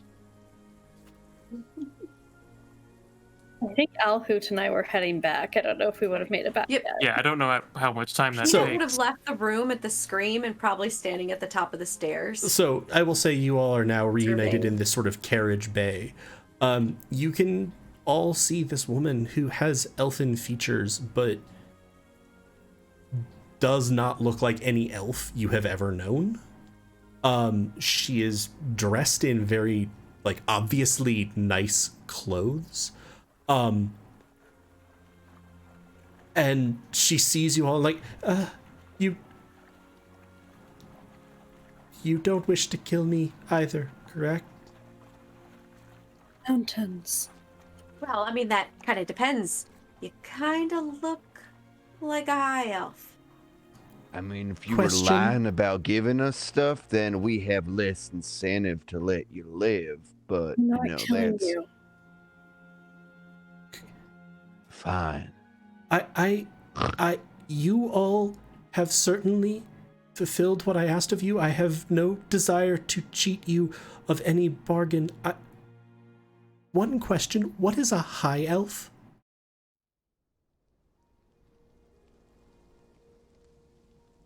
Why are you gray? It's what happens when an elf gets into a little bit too much of that good little root. No, bro. So no, a high elf. You know, they're like the big snooty, the uppity, too good. I like to stroll around in the sun types of elves. And they're really bad at hopscotch.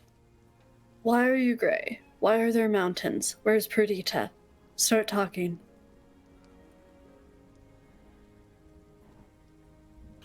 I am gray because I am Shadar Kai. There are mountains because there are mountains to the north of Tefel. Where is Tefel? Where is Perdita? I don't know who Perdita is. Perdita a person or a place? She's a person. Wait, are we in Coleman? No.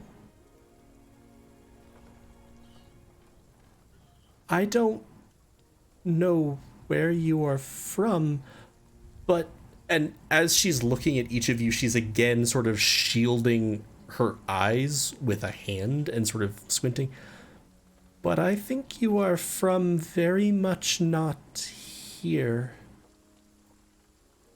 I knew it. I told you, not only is a high elf behind it, but he took us somewhere. Remember when the sign was confused? The sign was confused. Now I'm confused. She's confused. You're confused. He's confused. We're all confused. Peanut, stop. And since you've been in that carriage, huh? Does Tefel ring a bell to any of us? No.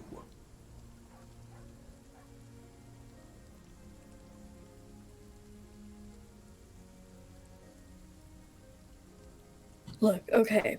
Carriage. There was My name a shadow is procession. Seneline, just as a note. Carriage Sunline. There was the shadow procession, and we were trying to get to shelter. We found your carriage. We took you back here. We were going to the merchant's hostel, but this was closer. You made us sleep in the carriage house because your servants, I guess, locked all the doors. We were in Culliman. No.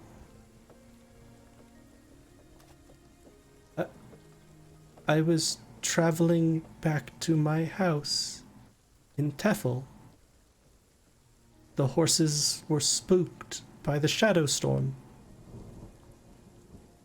Possibly taken by the creatures that appear in it. Creatures which, like you, that glow. Do I glow? Glow. I'm not I don't glowing. glow. As you look at yourselves in the air, you don't glow precisely, but there is something brighter and more vibrant about each of you than the air that surrounds you.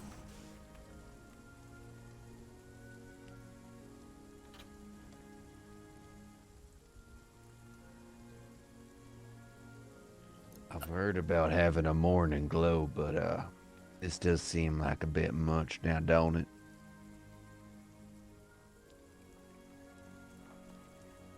Peanut is even more paranoid and is now staring at each of you. Where's Perdita? Tell us where Perdita is, and then tell us how to get back to Coleman.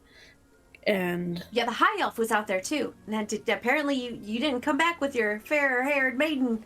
But where's the high elf? Wait, lady in the carriage. Where were you coming from? Because you said you were in your carriage for a very long time, right? Like, that's why you had all these you had like the top of the line uppity high elfish, I might add, seals on your carriage. I need to reestablish I do not know what a high elf is. You keep saying it, and it's very confusing. I was traveling from our house on the outskirts of the city. It was safer to be here in town, where it is more warded against the shadow storm. I wasn't in the carriage for very long, but the wards are there. As I alluded to with the ability to pay you, my family is wealthy. Why are you not familiar with the- storm? Yeah, are we familiar with it being called the Shadow Storm? No. What? Now you keep calling this thing the Shadow Storm, but And you keep talking about high elves. I am not talking about any darn high elves except in jest.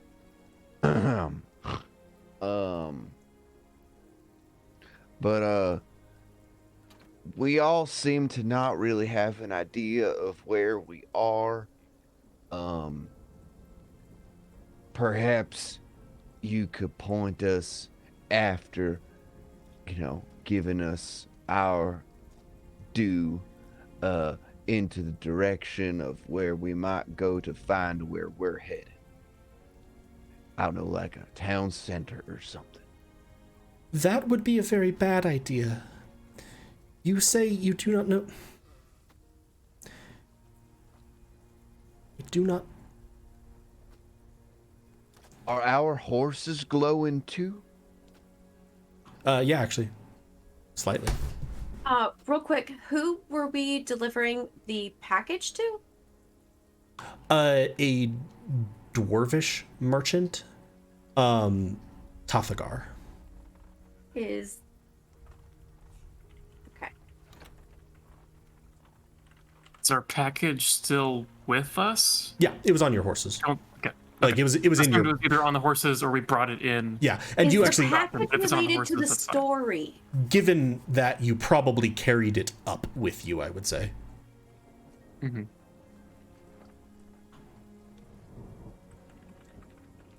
Sorry, was there a question? Is the package related to the story?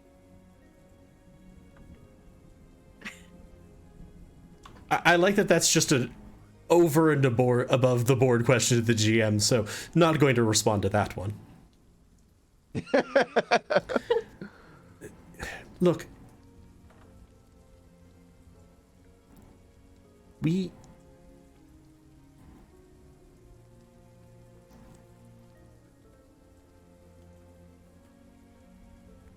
here in Karkafel, the shadow storm comes through, and sometimes glowing creatures come out of it. They kill, they attack people at random, sometimes they release devastating magics, they bring destruction and terror. That is why we seal ourselves away. You seem to be glowing, much like the creatures that are responsible for so much destruction, but you saved me, and with the possible exception of ripping the door of the carriage entirely off, don't appear inclined to threaten me with harm. I believe that you are something different, but because of this, if anyone in town were to see you, you would be arrested at best.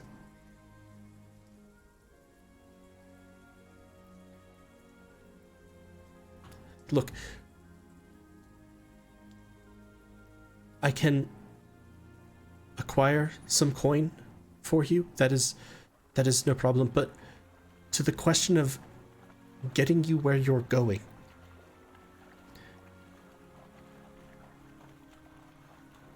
you cannot be seen. I owe you my life. I will not let you throw yours away. The only person I can think of that you might be able to speak to find a way home is the Lord of Branch and Bone. He might know something. He also is unlikely to turn you in. Does this name ring any bells to me? No. Anyone? And it's the Lord of what and Bone? Branch and Bone. Fine. So we all glow? Like everything on us glows? Yes, it's somewhat painful. What if, I mean, like, you know, I mean, I don't want the high elf to see me because I'm glowing and I'm sticking out. But, like, if I put, like, can you give me a cloak? Can I put a cloak on? Would I not glow? Yeah, that's good thinking, Peanut. Even Oot is normally wearing a cloak. Does that seem to be helping anything? Probably not. the cloak itself seems to glow slightly. She's like, I can acquire you clothes. I will bring you coin, and I will bring what you need to meet with the Lord of Branch and Bone. I do all of this happily. I offer you whatever shelter I can, though I would not recommend going into the house because I do not know if I will be able to convince my servants not to alert the watch. Yeah. Okay, but where's Perdita? Person or place? Person. I have no idea.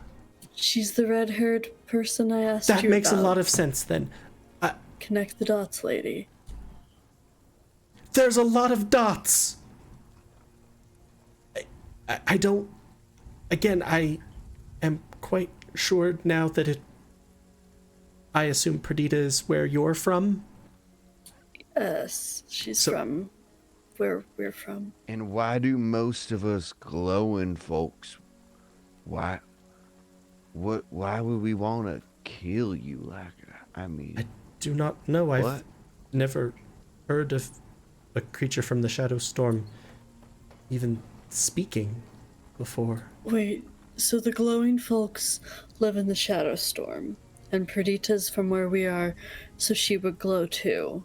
Yes, And the Shadow Storm usually comes at least 2 nights. it varies. Is it coming tonight? Yes, last night and tonight. Great. Okay, never mind. We can go talk to your Branch and Bone Lord. I'll wait for Quick. tonight. Quick point of order, though. I ain't from no Shadow Storm. See, I'm from the nebulous town that was definitely listed in my character's background. Not the Shadow Storm. Just to let you know. So I think you might might be a little misguided here. Carriage. Duly noted. I stay here. I will return. And with that, let's I'm go ahead. just gonna roll insight really Sure. quick. Yeah. Go ahead and On roll the insight. stay here, I will return. 24. She seems to be telling the truth. Generally, and with that, yes, it seems like she is going to go and get the things that she specified getting, and then presumably will return. Cool. So, with that, let's go ahead and take our break. We're going to step away for about 15 minutes. We'll be back around 9:20 Mountain Time, 11:20 Eastern. Yes, those are what those numbers say. And thank you for tuning in. We will be back in just a few.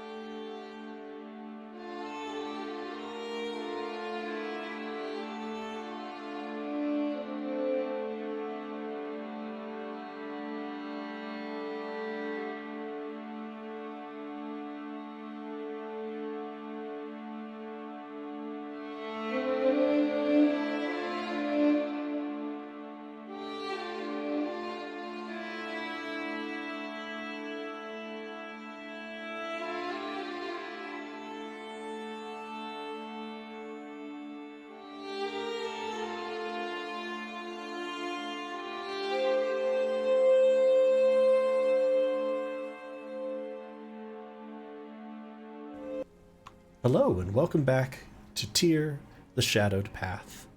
In the first half, we had a storm and some mist and some whispers in the mist, and a party member walking into the mist that they were pretty sure could kill them.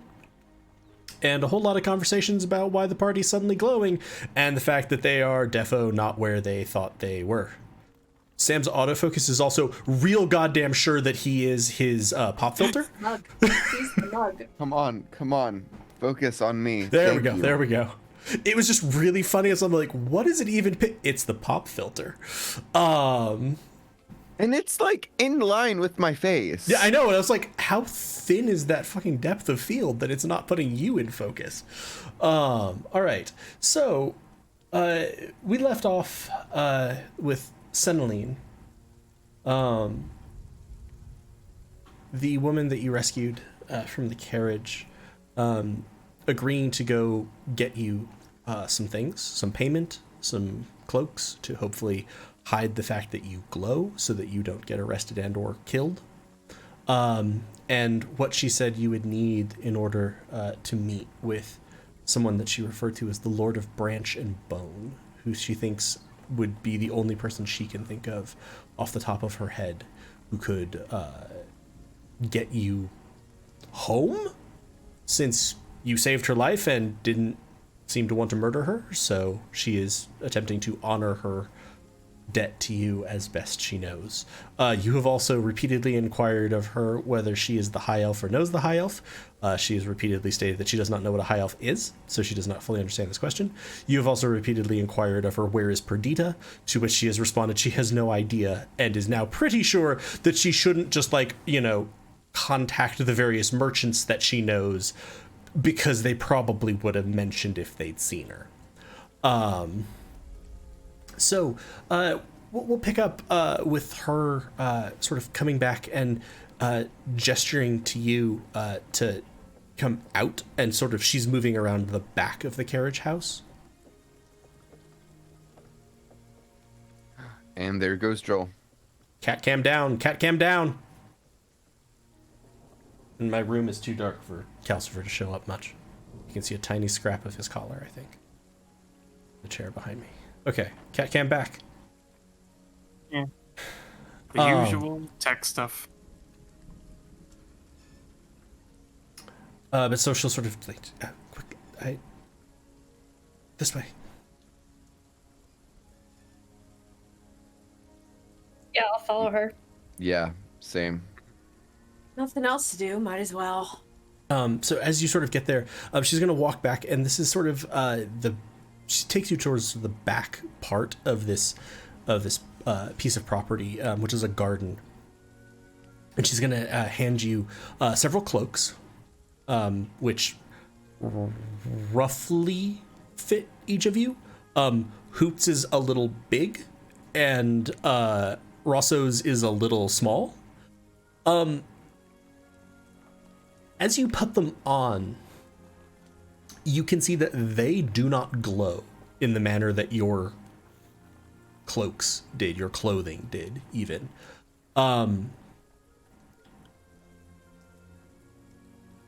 It's very hard to describe this. The texture of putting them on is muted.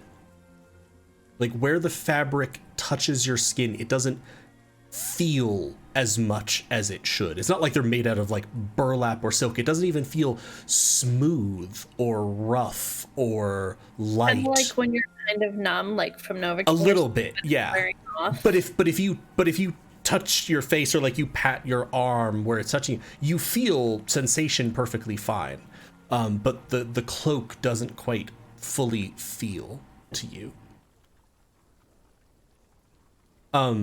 I will also say to everyone in chat, welcome back. And also, I think it was Lena over break commented to me that she wasn't quite sure how this was going to fit into the larger picture of Tyr, at which point I Cheshire Cat grinned. So, yeah. And then she'll hand you each, or actually she'll hand you one large bag, and she'll hand it to you, Rosso, and you hear the distinct clink of coin.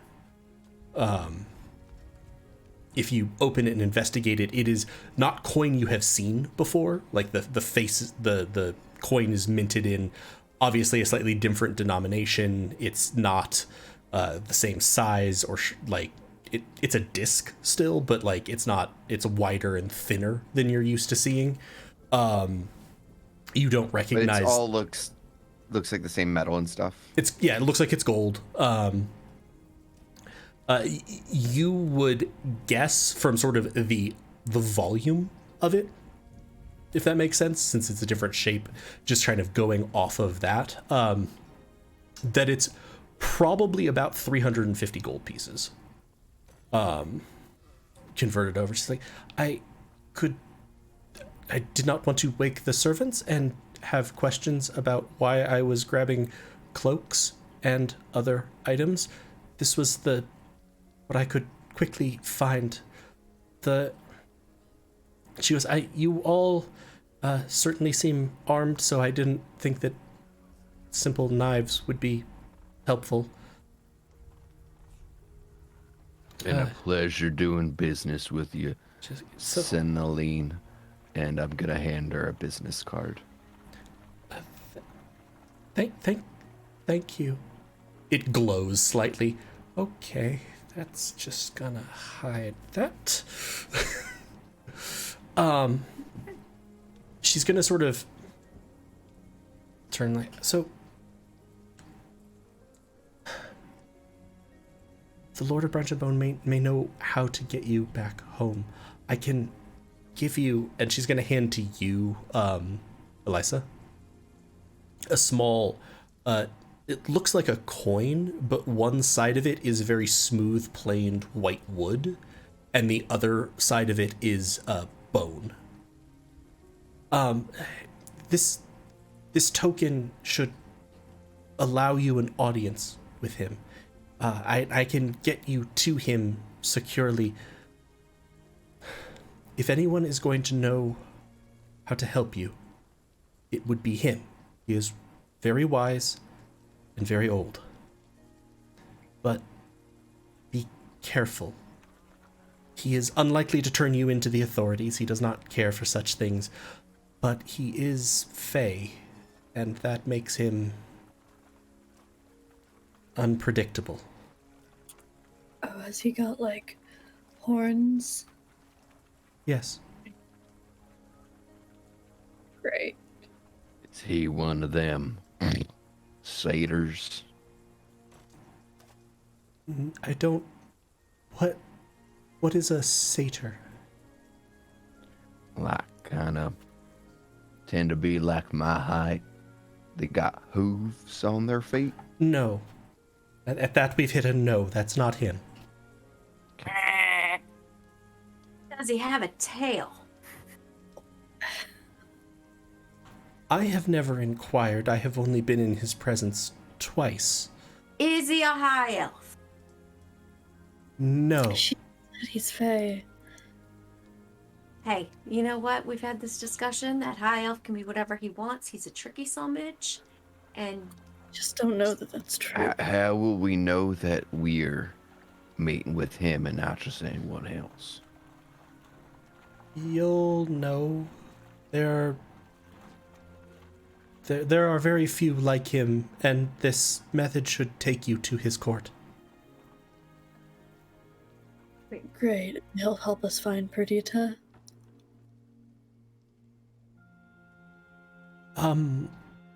Maybe?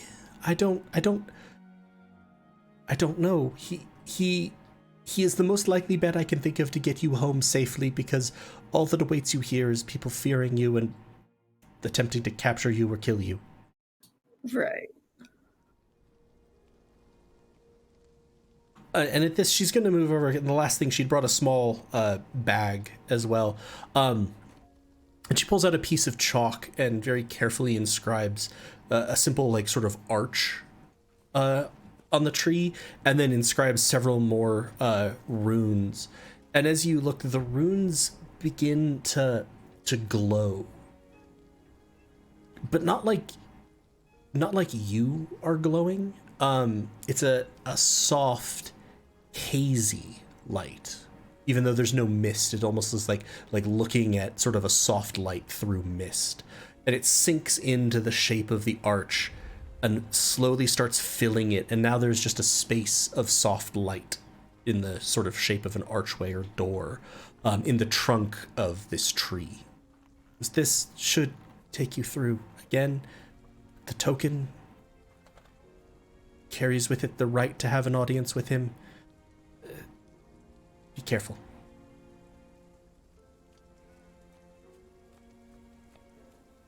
And if you find yourself...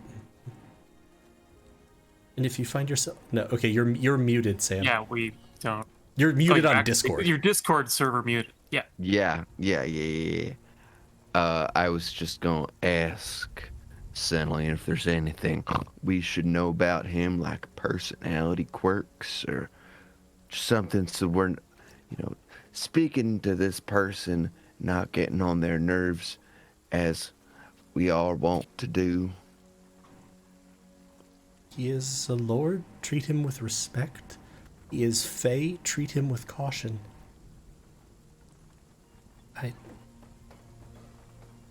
I do not know. Generally, it is inadvisable to lie to members of the Fey Court. Alrighty then, let's be on our way. Very good. So if you step into the doorway sort of made of light, as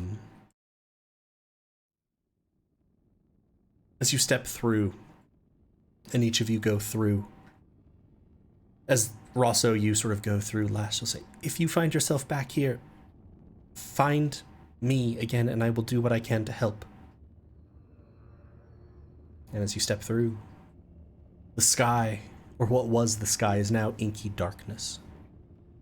There's little but dim twilight to you on either side of you, and behind you nothing but the glowing outline of a door that you just walked through, but it's not transparent, it's just light itself, hazy. Before you, you see a wide walkway, 20 feet across, divided in the middle by sort of a low rope with posts set. So it's 10 feet on either side. And then to the outside of the path as a whole are trees, alternating between jet black and brilliant white, their boughs reaching up and fusing together to form a covering archway. The paving of the road itself is lined with bones, stark white shapes projecting from dark gray stone. And set in front of you in the ground is a small plaque, patinaed and besmirched with grime. It reads, "Through the shadow of the trees you've reached the road of bone. Keep on but a little more to where the king makes his home." What would you like to do? Before Peanut would have walked through the door, Of I would course. have been casting this. Yeah, very good. Mage armor. Always good. And where is it? That. Extending it. Okay. So it is now a 16-hour long spell. God bless Yes. extended spell. And are we like... Now, I would know this as Sam, but my character wouldn't. Feywild stuff, is this having any sort of noticeable impact to Peanut on their armor? As Peanut steps through and now is there with all of you, doesn't seem to be. I mean, you don't really. I don't know, Peanut. Is your mage armor normally somewhat visible, or is it just invisible force around you? It's like it kind of like a glimmer. Yeah. So But- it's glimmering as it normally would. Like it's not like it's shinier. Although, yeah, no, actually, nothing about it really seems different. She is still glowing, where she's not under the cloak that Cenlian gave you. And the mage armor is maybe a little brighter, or it glitters, but it was that when you saw her with it, sort of thinking back the other night as well.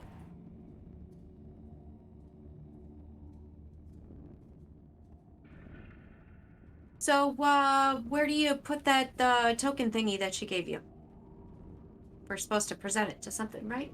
Is there something here? There's nothing here. I don't see nothing here. I think maybe we're supposed to present it like when we see him, like, or maybe to like Fey guards so they don't kill us. So, we're supposed to walk through that? Yeah, I'm gonna just like point into the darkness. the implication from the sign. Yeah, well, I'm after you, right? I mean, you're looking for your wife and all, and I'm just looking for a shiesty high elf. I mean, I could go second. Totally can go second. I'll Okay, definitely go second. Maybe even third. Possibly Sure. last. But not first. sounds good. I'm gonna go find Perdita. So I'll start walking forward. Okay. Are you on the Love right side or the conquers left side? all. Are you on the right side or the left side? There's Does it matter? there's a rope down the middle. Oh, it's down the middle. Yeah. So Oh. it's a 20-foot wide path with alternating black and white trees on the outside of it. And then there's a rope down the middle. So it's sort of like there's two 10-foot wide walkways. It's just a low, like a garden rope. So, like, could we straddle the rope and just walk along the rope? Theoretically, That way yeah. we've got 1 foot on each side. Yeah. Rosso's just going down the left path. Yeah, I probably would have just started going down the right path. Okay. So Who We've said got our it was base the left path? Okay. And is Peanut just straddling the middle? Yeah. Okay. You all are walking tree after tree. Just walking. There's, with the exception of the archways of the trees, there's nothing really you can see. Walking forward. Yeah, you've been walking for, I don't know, 10, 15 minutes now. What Wait, was what did the what was plaque the say? Yeah, well, yeah, I was about to ask that. Because I think whatever it was, I would be like mumbling it to myself as we're walking. Through the shadow of the trees, you've reached the road of bone. Keep on but a little more to where the king makes his home. Do I see a shadow? Is it all in shadows? Everything outside is this kind of strange twilight, or complete blackness. The only thing that you can kind of, and so there's a gentle glowing light sort of everywhere, but shadows are not being cast as a result. The only thing that you could see that's even vaguely shadowy are the black trees. Are they on just a follow. particular side of? They form a checkerboard pattern. It's like Okay. black tree, white tree, black tree. Going down. And there's no end of the road. It just keeps going. Doesn't appear to. As in doesn't appear to have an end. Now, Gonna- Cenaline would have told us if this was gonna be some kind of puzzle to get in, because she's been with this guy before, right? Yeah, She she said did. she's been there twice, yeah. I mean, but she also, I mean, she said, you know, he's Fae. So, I mean, like, you know, they get bored and they make weird stuff, right? I mean, like, It's true. they, you know, I mean, maybe we need to go in the trees. Maybe Maybe. we should try walking into the black tree. Right? I mean, why not the white tree? Shadow. White tree's lighter. Okay, but that's Can the someone like make some light? I don't know. I have a torch. I can make some. Oh, problem. light. Don't do the woo woo. I'll do the woo woo.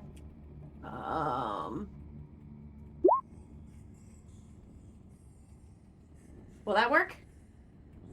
You form dancing lights. The spell seems to go off as normal. Give me an Arcana check, real quick.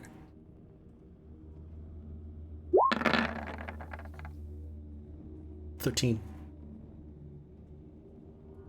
The spell seems to work a little more easily than you're used to. Takes a little bit less effort to cast. I like that. I like that. So you Okay. summon. These trees look like they've got like fucking similar patterns that we would have seen in a different campaign.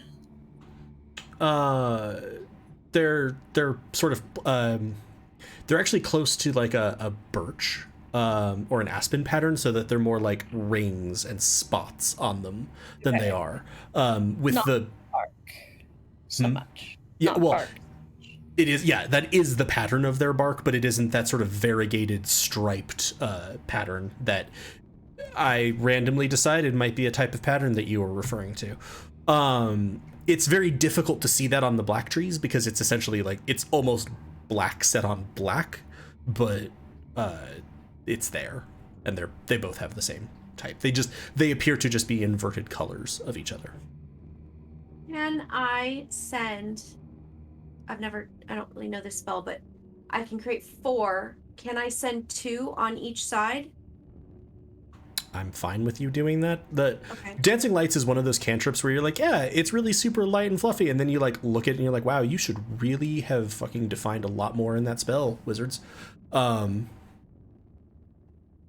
So you sort of send them out, and are you sending them like moving forward, or?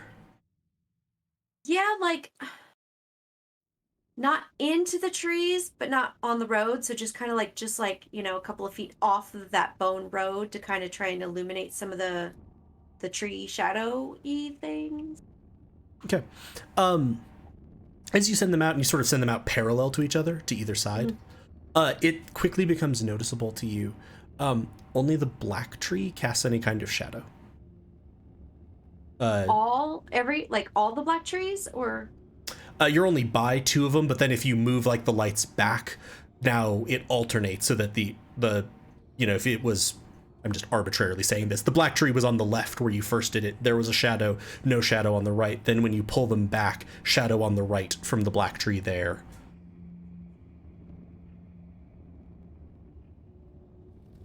so yeah, I guess we got to walk into the black trees. They're shadow. But okay, so like the plaque, but it said to keep walking the road, right? I mean, did I read wrong? It said we came out of the shadows and had to walk the road. But the road doesn't seem to take us anywhere.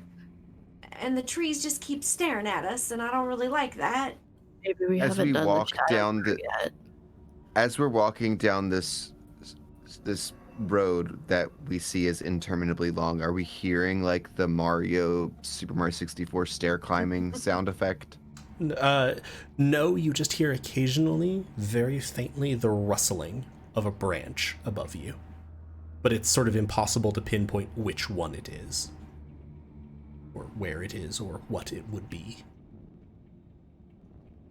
Look, let's try the shadows, and if the shadows don't work, we can try something else. Shouting, we can try shouting. So what are you trying? I'm just gonna walk into one of the shadows. Okay. Like, are you gonna wait for like all of us, or are you just gonna dive bomb into one of the shadows? I'll wait if everybody else is coming, yeah. You walk forward, and you're standing in now a sort of vague shadow. Nothing's happening. Nope. Gonna poke one of the black trees. Like the one you're standing by? Yeah, like the one I'm standing by. It's a tree. I'm gonna poke one that I'm not standing by. So you're gonna move over to another one? Sure. You poke it and it's a tree. Do we want to try shouting? Should I Oh, wait. try my axe? Gonna cut down a tree. I mean, swing away, man. But No, I'm don't gonna do that. stand over here. don't do that. Like, I don't think that the Fey person with horns, who's probably like a Fey god, wants us to cut down his trees, right? Very wise, very old. Yeah, thank you. Peanut will look down. Maybe I broke his trick. And then I'll pull my left leg over to where I'm standing on the right. So there's two of us on each side now. Okay. I'm gonna throw something at Galway. Do you guys want me to go throw things at Galway? Please Did I don't. fix it? You're standing. All right, so I didn't break it. Did we just keep? I mean, like, I I'm guess maybe we tired. should. I don't want to keep walking. Let me just make sure that I have this right in my head. So there's alternating checkerboarding white and black trees on either side. Yep. And then there are two paths. And what's in between these two paths? Just a low, like, rope, sort of like a garden divider. It's not hard to, like, cross over it or anything. Okay. You could just step over it.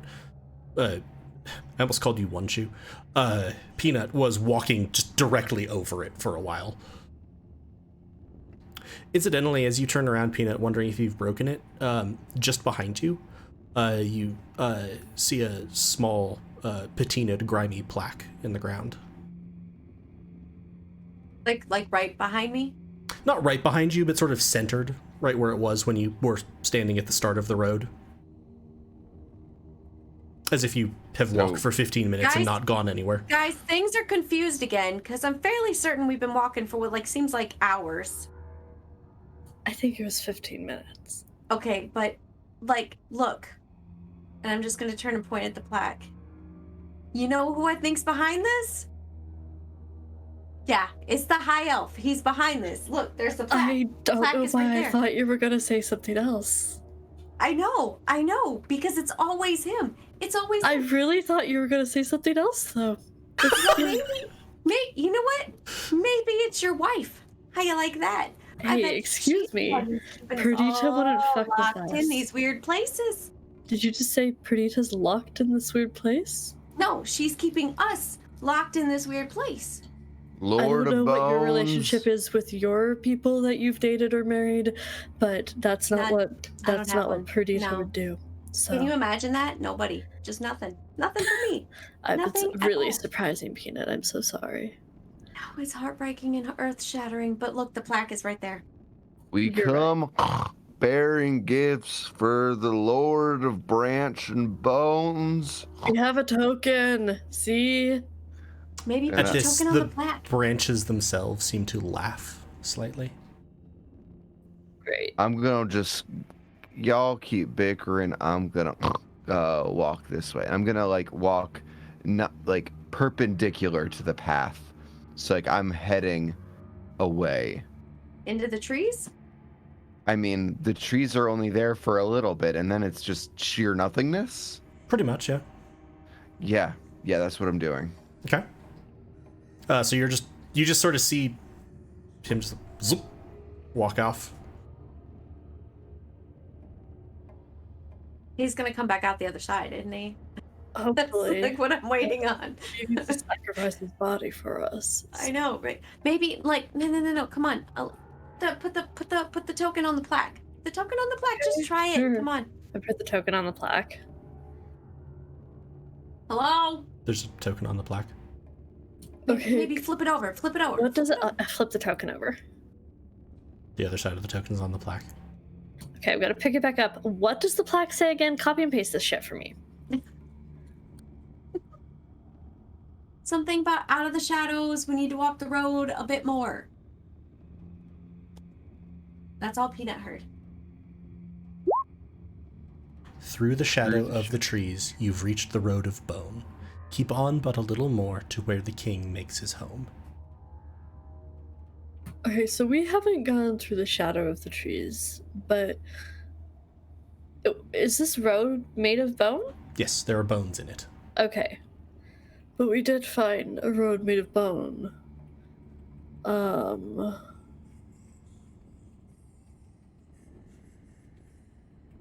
Any thoughts, I Alhoot? freaking love this music. Lord of Branch. Lord of Branch and Bone. Yeah, that's who we're looking for. What? Put the branches on the Does- bones. Where's Rosso? Does Hoot see any branches low enough to say make the trees climbable? Not really, because their boughs are mostly like up, and it seems like almost they would have been trained. Sam, give me just a d20 roll.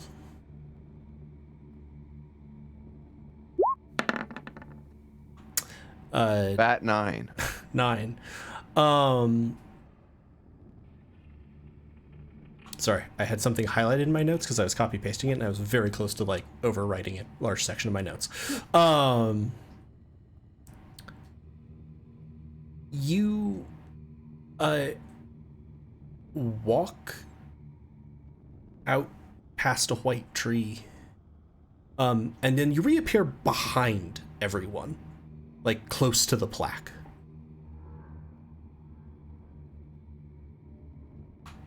Oh, also,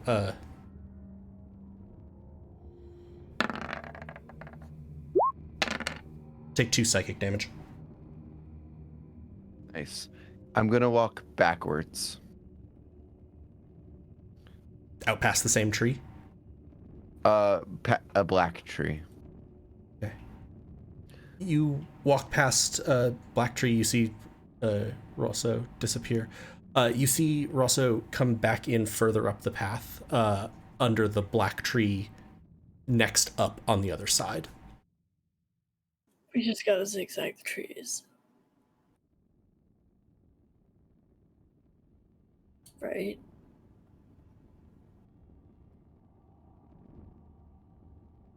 I guess we're not getting anywhere else. So let's lock past this one, and then past this one. Past this one, and then past this one. I don't know. Fuck, what pattern? If you move on Virtutes. diagonals starting from a black tree, you're going to keep ending up at black trees as you're walking the road. Okay, let's do that. Does that sound like a... Do you? Okay, I'll start See. doing that. Sort of hop the rope, go over, hop the rope, hop the rope. All of you, as you watch, Elisa is getting farther away. She is moving down the path at this point.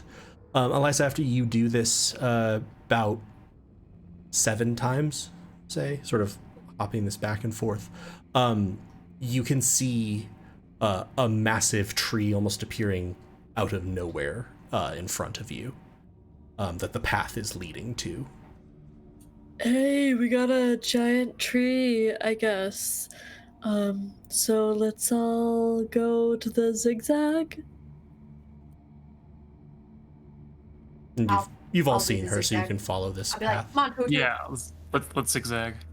As you do, you sort of make your way through, and then sort of after this 7th one, there are no more trees to the side. There's just a straight path lined with bone, and in front of you, again, for each of you, it seems like it appears out of nowhere as a massive banyan, which gleams white from its roots to its leaves.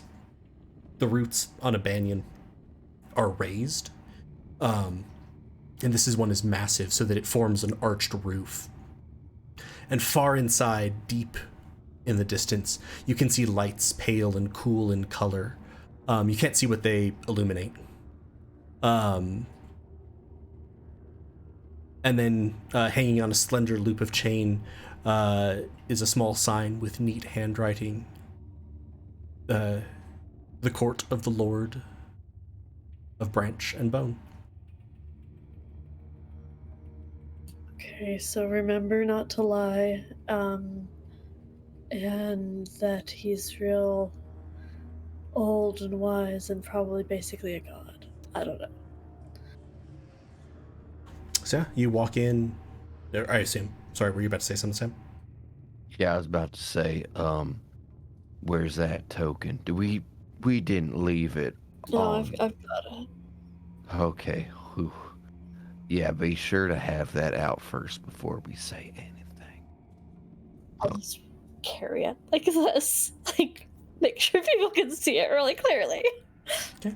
As you walk in, now, as they were very far away, but now as soon as you walk under the shadow of this archway, they seem very close. There are pale orbs of light hovering just in the air. And as you keep walking, you see a collection ringed farther in and suspended above a throne. In that throne, there's a figure seated perfectly still, skin so pale it is essentially transparent, leaving it just basically bone white, with the fine features of a fae. Upon his head is set a crown of twisted bone, and horns jut from his forehead that appear to be leafless branches.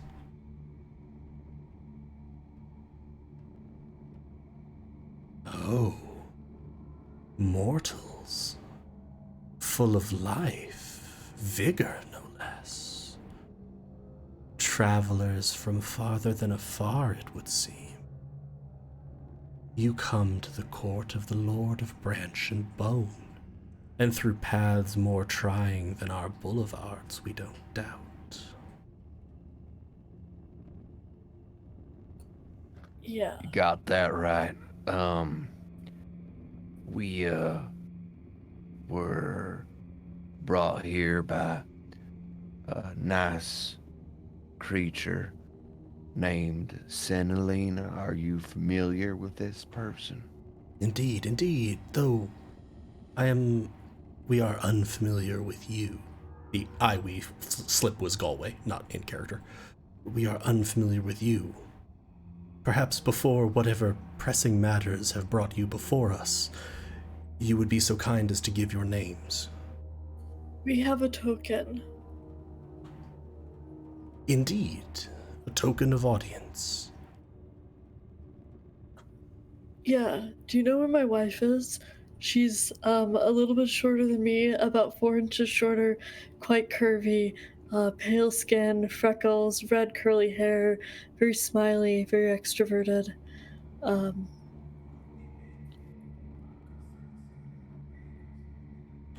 In truth, is this what you have come to our court for? We've come here for a lot of things. Her name's Elisa. Don't tell that my name or anybody's name. What happened to talking with respect? I am a very direct person. Lord of Branch and Bones, please forgive my party for they are very discreet. I'm the only one that I guess we really need to talk to. I'm Rosso. That's not true. He's not the only one we need to talk to.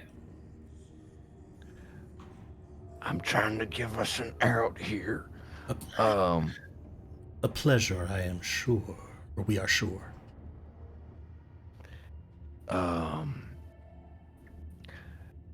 Yeah, so you said that we come from a place far away, and I get the sense that none of us here really knows exactly how far away we are. Do you know Coleman, Your Majesty?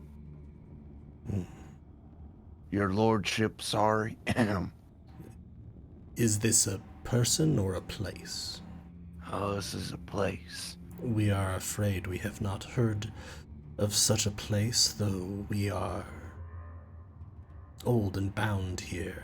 You come from a place that still possesses that delicious spark, that intoxicating hum of life, of mana. Does this place not have life? Once,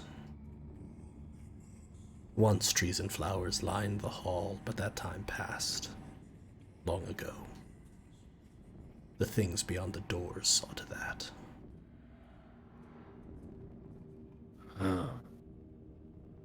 The things beyond the doors.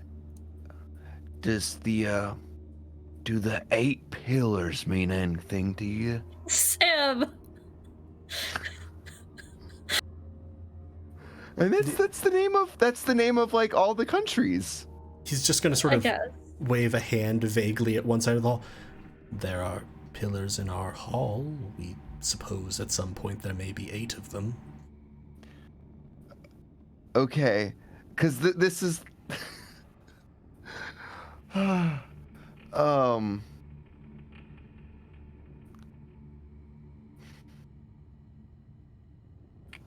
all right. That guess could have been more helpful, but He'll sort of pause. We imagine that you are tired. Please help yourself to refreshments. For you who are so cautious, and he's gesturing at you, Elisa, they're given as gifts, free of lien or obligation of any kind. Can I get that in writing? A small note card will appear over the small horns of golden wine and cakes. Okay. Well, if I may ask, you seem intrigued by us. What questions do you have for us that we might be able to help you with, your lordship? Other than our names, which apparently we do not feel so freely to give.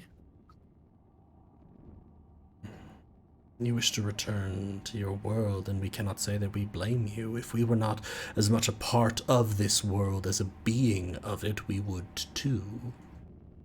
And that would be why Seneline sent you to us. Fear of what the others would do to you that we would not. Yes. We have no desire to drain you of your life, sweet as the taste might be, nor to keep you trapped here. Your luminosity clashes with the gentle echoes of what was once light. It is indecorous. Is that what the others would do? Drain us of our life? Oh, some, perhaps, if they possessed the ability. No, most of them out there would merely chop off your heads, Oh, okay. with limbs, That's more normal. whatever it is that it takes to kill you, sort. Right. I'm not too keen on being part of any spit roasts today. Can imagine. No, we will give you the information that you seek. Not as a gift, but paid in full by the diversion that your very presence here provides. We, Diversion from... Rythanos, Lord of Branch and Bone, do so swear. Feel free to take food with you for the road. We suspect rations will be hard to come by. Again, a gift freely given. So, Seneline has sent you to us. Fortuitous, there was a researcher in the very town that Seneline sent you from. Perhaps it was long ago. Perhaps not. We cannot truly remember, for time is a very different thing in these shadowed days. Wexel was his name. He came and consulted with us often. Such favors did he owe. Such favors more did he promise, if only he could figure out the path between this world and the one that he figured out stood on the other side of the mist. Your world, as we would wager now. The last time we saw him, he came to us, full of excitement. It was startling. It was akin to life itself.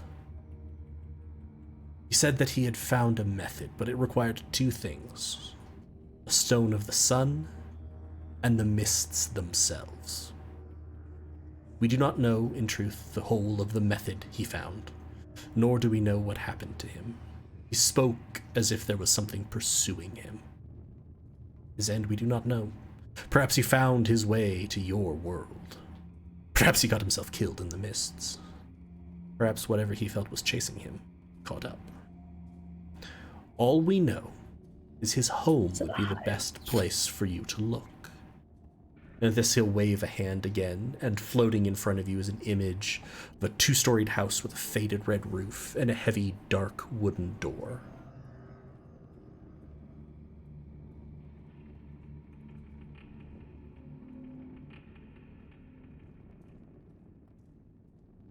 Elisa and Roselle, you guys will notice that Peanut is very quiet and is kind of hiding behind Rosso.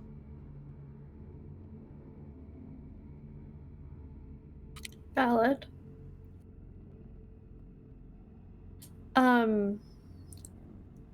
Why does the name Wexel sound familiar to me? That's what you said, Sounded right? familiar to me too. Yeah. I think I've used something that, like, rhymes with it at one point. Okay, but not it's sure. not an I actual feel name like- that's come up. I feel like Beyond the Doors had a character that might have been close to that. It is not intended. If it is, it's a Okay. it's a coincidence. I don't mind doing that over the table. That would be a coincidence. Right, so we'll go look in his house. That sounds like a good time. About the person I described, have you seen her? No, we do not believe we have. But we do not spend much time staring at the world of mortals at this point. It is dull and drear. We have enough of that. Could you find her for me?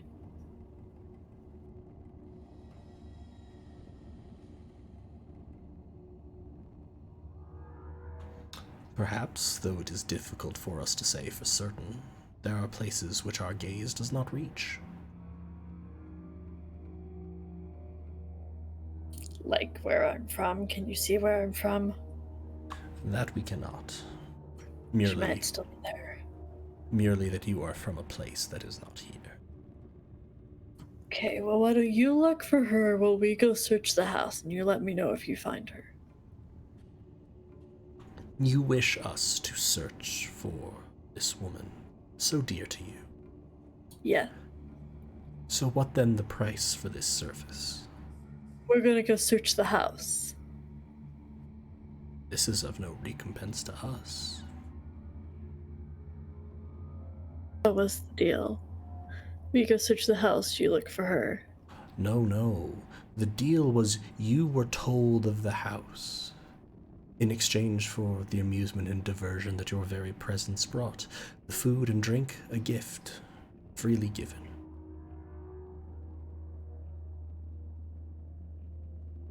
There is no other deal unless you wish to make one. Can you find her? Like, is the deal you find her, and if you don't find her, then I don't have to give you anything? This is your first time speaking with one of the Fae, isn't it? I think that's fair, what I just said. That seems fair. Fair is merely a point of view, and a single point of view is boring.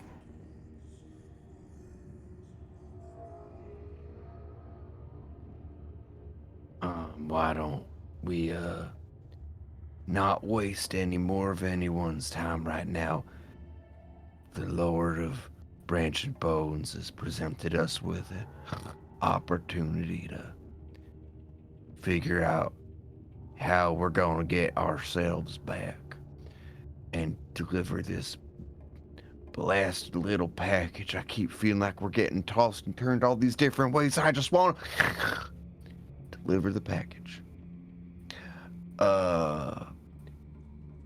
Your Lordship, I would like to extend an offer of my personal employment to you. Should you see fit to need a person of my expertise, and I'm going to hand him a business card. How do you hand him the card? I would probably take a bow and just extend the card out Like in his face up. direction. Yeah. I mean, I don't know how close we are to him. I imagine we're quite far away. I figure if he has other people, they would fetch it. You actually haven't seen anyone else in the court. What's on your card? What's your tagline? Says Rosso. That's it. Okay. You as you go to hand him a card, the card is blank.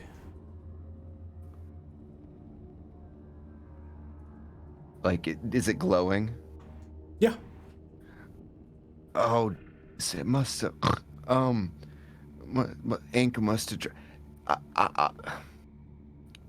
Can I have like a pen? I'll get my contact information here for you. I don't know what happened.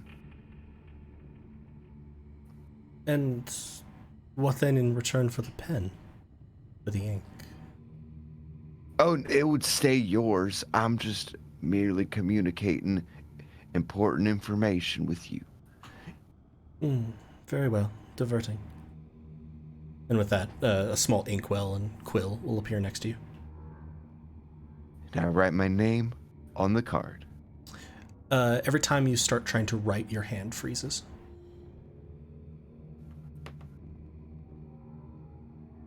Oh, jeez. Did we like drink something? Or first waking up with the morning glow, and now I can't even write. Like, So, Rosa, what's wrong? As you go to say Rosso, your voices catch in your throats. Okay, we've wasted enough of his time. We should go. Yeah. Let's go. Yeah, yes. I feel like Peanut kind of has an idea, but I'm not. He'll reach his hand out, and you'll see as you turn, like far back behind you, can see a small arch of light, the door that you walk through, and it's going to sort of come, and now it's just hovering in front of you. Wait, isn't the house here? No, he was showing you an image of the house. Oh, I thought he like brought us the whole house. No. Where's the house? The door will lead you to it. Directly? Indeed. Great. It was such a great time meeting you. Indeed. Can I even say my own name? No. Normally Peanut is mumbling about the high elf, but now you're gonna hear Elisa. Can I at least say her name? Mm-hmm. Okay. All right. Peanut knows. Peanut thinks she knows. But again, she's staying quiet. Let's go to the house and find the red-haired lady and the way home. And in the chat, I see the answer has been found. So you walk through the door, and you all find yourselves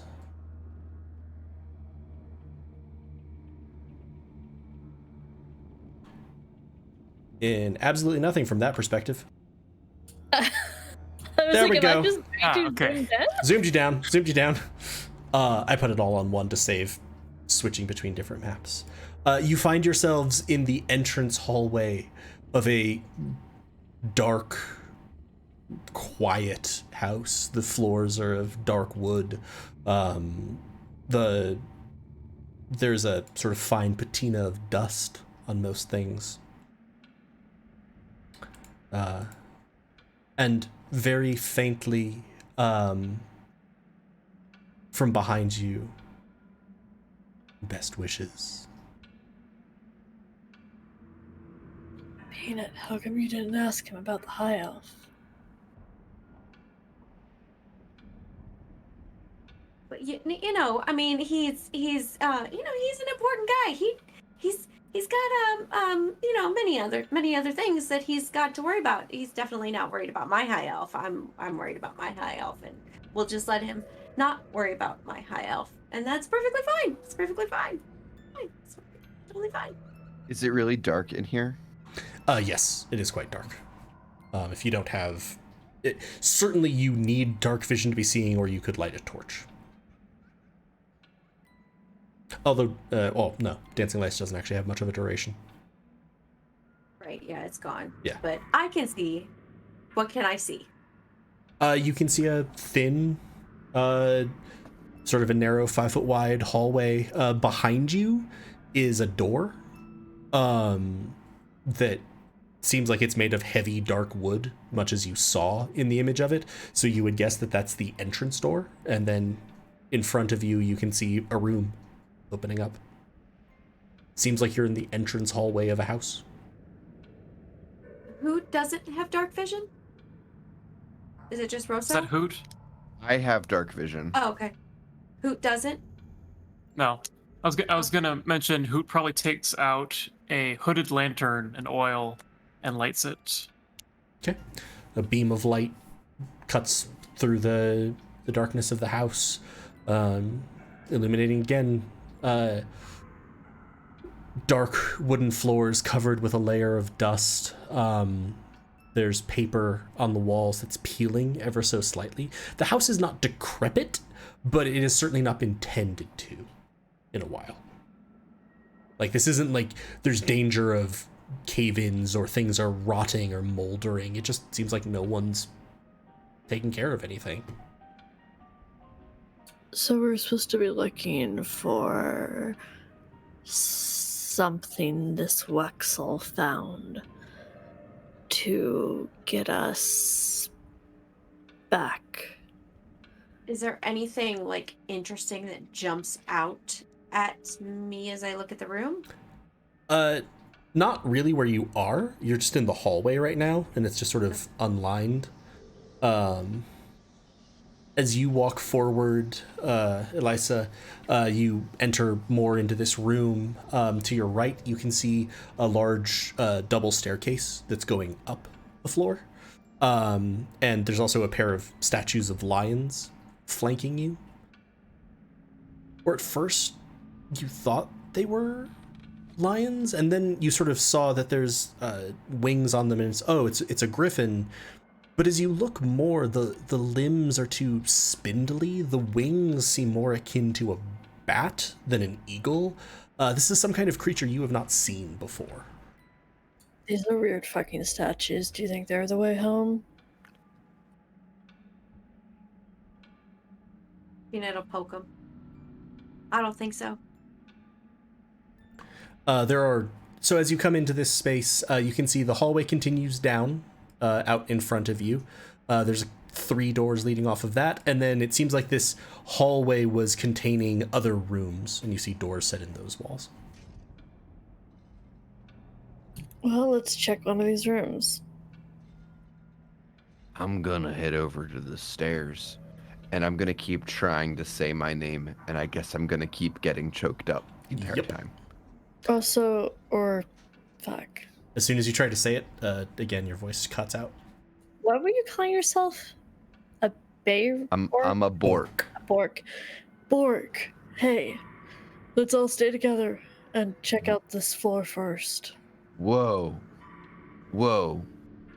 I have a name. You don't just need to call me a I don't know if you Bork. do have a name, because when I try to say your name, it doesn't really work. Yeah, Hoot Well, also is clearly trying to mimic the word and is not working until Bork. Tweet. Not you too. Hey, what Oh, would you like man. to be called, Bork? I don't. You can call me Red. Okay, Red. Let's all stick together and check Oh, out this man. floor. As you keep looking around, you can see on the walls there are sort of heavy curtains, perhaps, hanging at various points. Like you can see one there, here. There's small bits of statuary. There's another statue here. Yeah, but what do you want to do? Feel free to control yourselves on the map. I'll interject if there's a need to.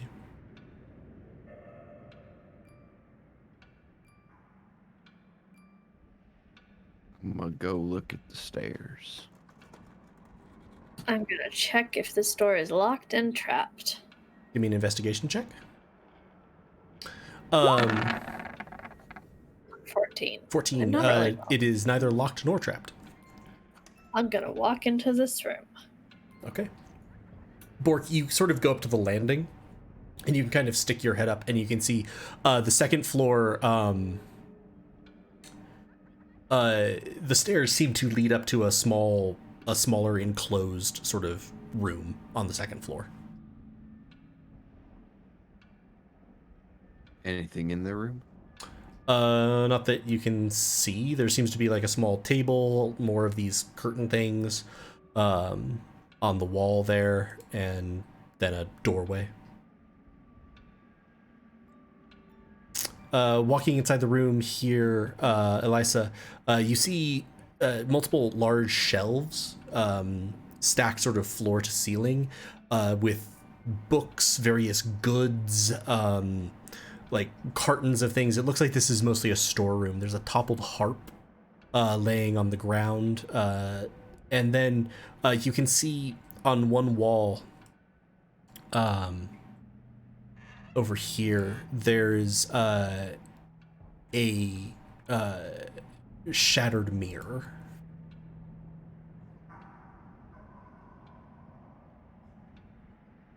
Fucking hate mirrors, go away, and I swear to fucking God, if all of those things are covered in mirrors, I'm gonna cover you in mirrors. I don't know. Then I would just be terrified of you. That's not helpful. Is there anything interesting in this room? Like, you know, notes, treasures, things that look like they can get me home. Sunstone. If you go and look at one of the shelves, they mostly seem more like registers and receipts. Like they seem more like bookkeeping for the documents that are there. There do seem to be lots of things like research materials, etc. So that would seem to fit with how the Lord of Branch and Bone described this figure. Oh, but nothing really of note. Not immediately, no. You can give me an investigation check if you want to really deep search the room and spend some time doing so. Trying to like make this like faster because I know like nothing particularly there. So let's anything you're doing, Peanut? Try the room I'm standing in front of. Yep, doors unlocked. Okay, I would walk in. Walk in, you see you see several bookcases, each in the corner, and then you see a large desk in front of you. There's a candle that's well burned down, but also is covered with dust on it, so it doesn't look like it's been burned in quite a while. Is there anything on the desk? There's nothing on the desk. There are several drawers on the side of the desk, though.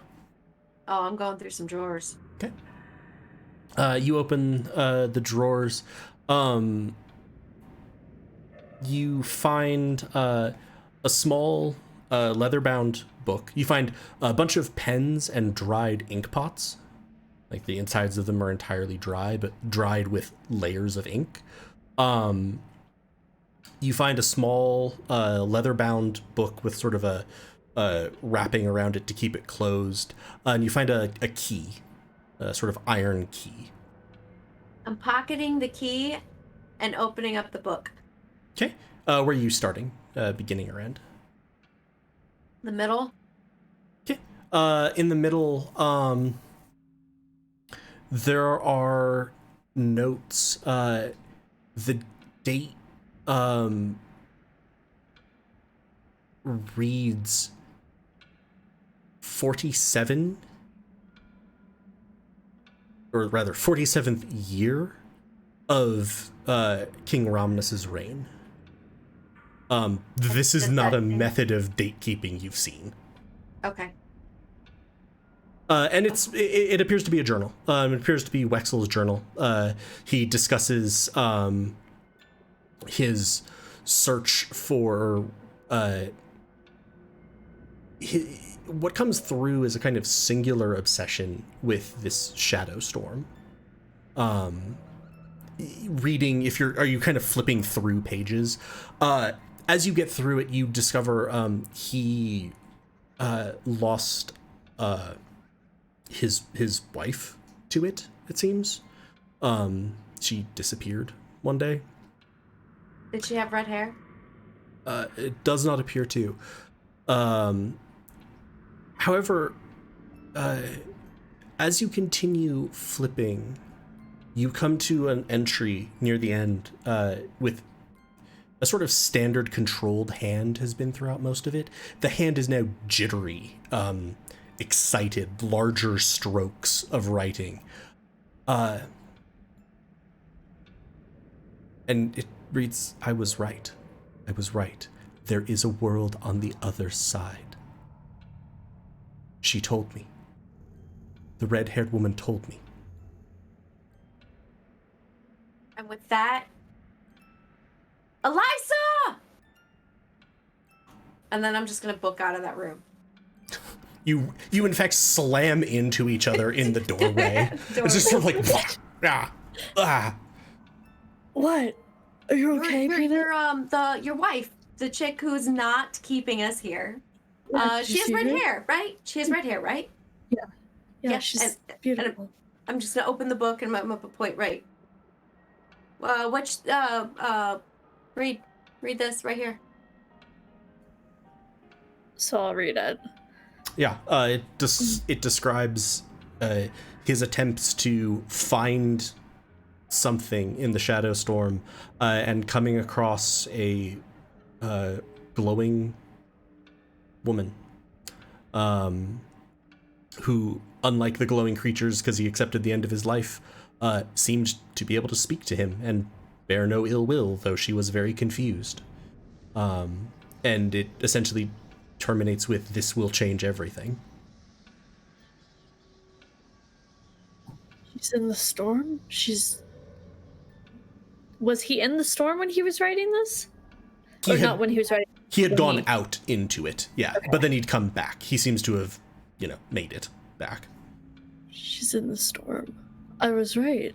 We should go back. I don't want to miss tonight. Hold on. Let's not go back right this second. I mean, this place is huge. We should probably check everything out. And then I'm gonna pull the key out of my pocket and be like, what if he locked her in a room? He didn't write down that he kidnapped her. Well, he also didn't write down how to make tea, but I'm sure he knows how to make tea. I don't know if that's real logic. It works for me. I got a key. Look, come on. Maybe there's a room that your woman's in. Let's go find out. Fine. We can Write down how to say my name. I don't think he did that. I'm sorry. Who? What have you look been for up to? clues about your name and about Perdita, but we should hurry. I don't want to miss the nighttime. Hoot's kind of been looking at both groups, just making sure that they're fine. But as they're continuing the conversation, we'll probably just head more toward Red. Okay. So over there, Red is sort of facing, sadly, a small statue of 4 figures. There's a pair of these curtains on the wall behind you. You hear Peanut and Eliza sort of emerging from that room. Now, are there stairs that go up and stairs that go down? No, or... just up. Just it seems up? like there is Okay. not a basement. There's 2 staircases that both go up. Okay.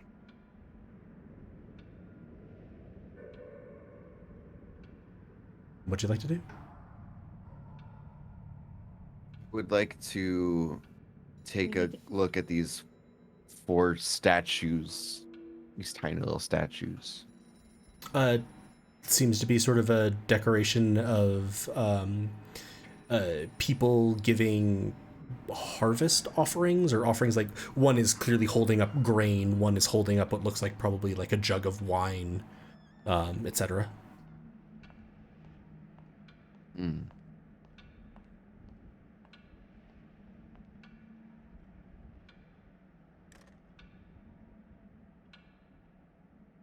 I think Rosso's gonna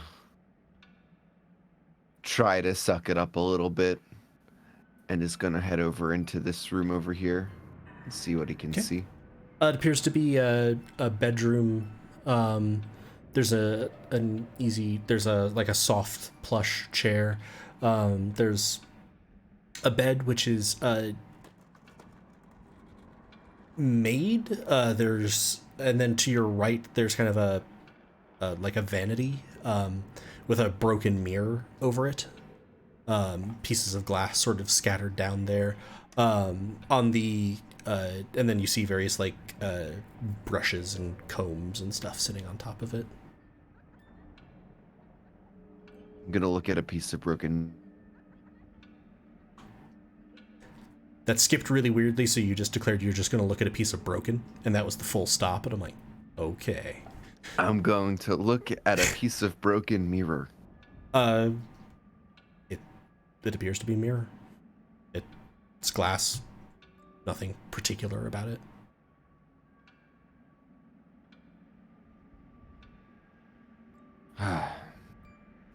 That's what Rosso does. Sorry, that's what Red does.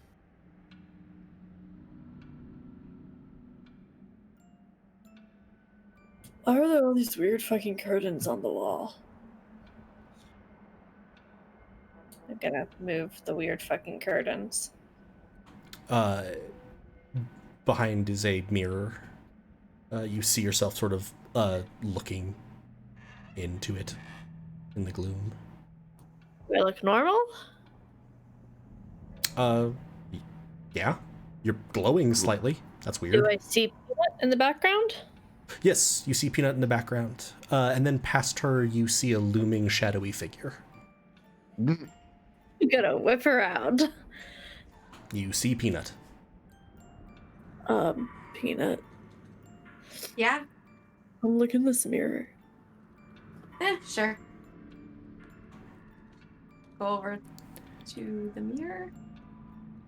As you walk towards the mirror, you can see very clearly behind Elisa a shadowy figure in the mirror, or not in the mirror, but in the space between Elisa and the mirror.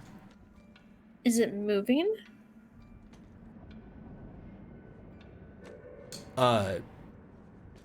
It does seem to sort of be.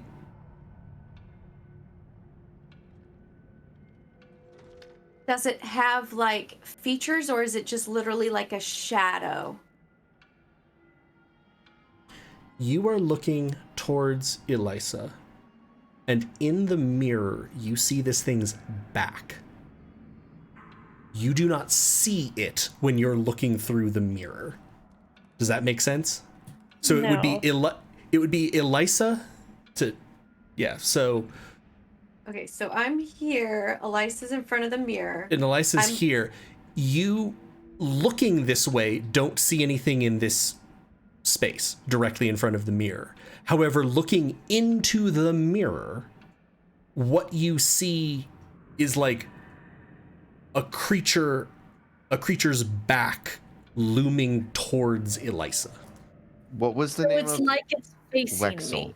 It's Yes. like it's in the mirror, looks like it's facing me, but Yes. she can only see its back. It looks like it's looming over you, so the mirror is reflecting its back, but there's nothing in between the two of you. Don't move. Did you know there's a thing? There's a thing. But I was gonna tell you, I think there was a thing behind you. I'm just gonna shut the mirror. There's a thing behind you. What? No, there's a thing. It's behind you. Behind Do you. I see still the shadowy figure in the mirror behind Peanut? Wait, are So- you facing me, or are You were facing the mirror? facing Peanut, I thought. To So call I'm her gonna over. turn around and look at the mirror again. Okay. Standing in front of you is essentially a pool of shadow. And it's just going to sort of look at you. You did it. Hey, let me ask you a quick question.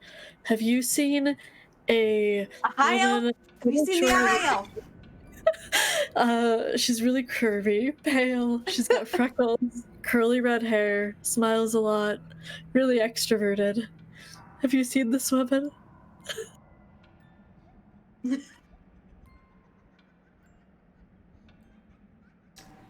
I have to reward this. So in lieu of doing inspiration or something else, I'm not going to have any other rolls. This creature, which was clearly like rearing back to strike, is just going to sort of go. You seek the same prey? I mean, she's not really my prey, but yeah, I seek her. But not prey. I'm hunting her, though. I've been hunting her for a long time.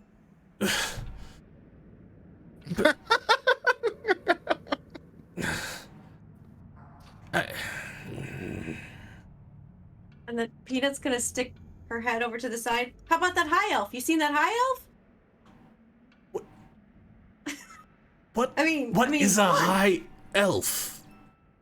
Can you say my name? This creature's just gonna leave. Like, y'all are broken. I can't work with this.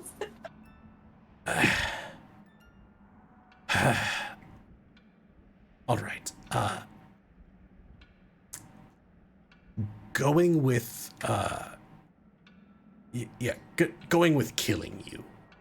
Yeah. No, we're looking for the same thing, right? We can work together. But not prey. Just hunt, not prey. Oh, just close the curtains. We ain't buying what he's selling. Let's go. Come on. Try to close the curtains. It's just sort of sitting there. And as you sort of close the curtain over, it will disappear. So apparently, hey, Red and Alhoot, don't open the mirrors. There's something living in them, I guess. I don't know. It thinks my wife is prey, which isn't great. We need to find her, like ASAP. And it was excited when it popped out. It said, he did it, or something like that. I don't know. Anyway, don't open the mirrors. Still holding the key. So be like, how about we find a locked room? Okay. Would you like to check the rest of the doors on this level? Yeah, I'm gonna head back up to the door I saw upstairs and see if it was locked. It is locked. Got a locked one up here. So it's up the stairs? Yeah. Okay. Should we just check out the rest of the rooms real quick, just in case there's anything? I'd also say, Hoot, if you looked over, the one on the right was not locked and was a kitchen, it seemed like. Everything was just sort of stacked there. There were still supplies and everything, but again, nothing had been touched in a very long time. And if, Elisa, you looked to the left, you see a dining room. There's another one of these shrouded, presumably mirrors here. And there's a small glowing crystal on the table. It's giving off a very faint glow of like bluish light. Oh, I'm gonna grab that and hope the shadow doesn't pop out. Okay. You now have a lightly glowing bluish crystal. Hey, Peanut, I found a woo-woo thing. Oh, woo-woo. Put it in your pocket. Wait, do you want me to do something with it? Yeah, tell me what it does. I don't know that I can tell you what it does. Light. Yeah, it's light. Like, Spark. Is that all it does? Like, make fire with it? It's a shrug.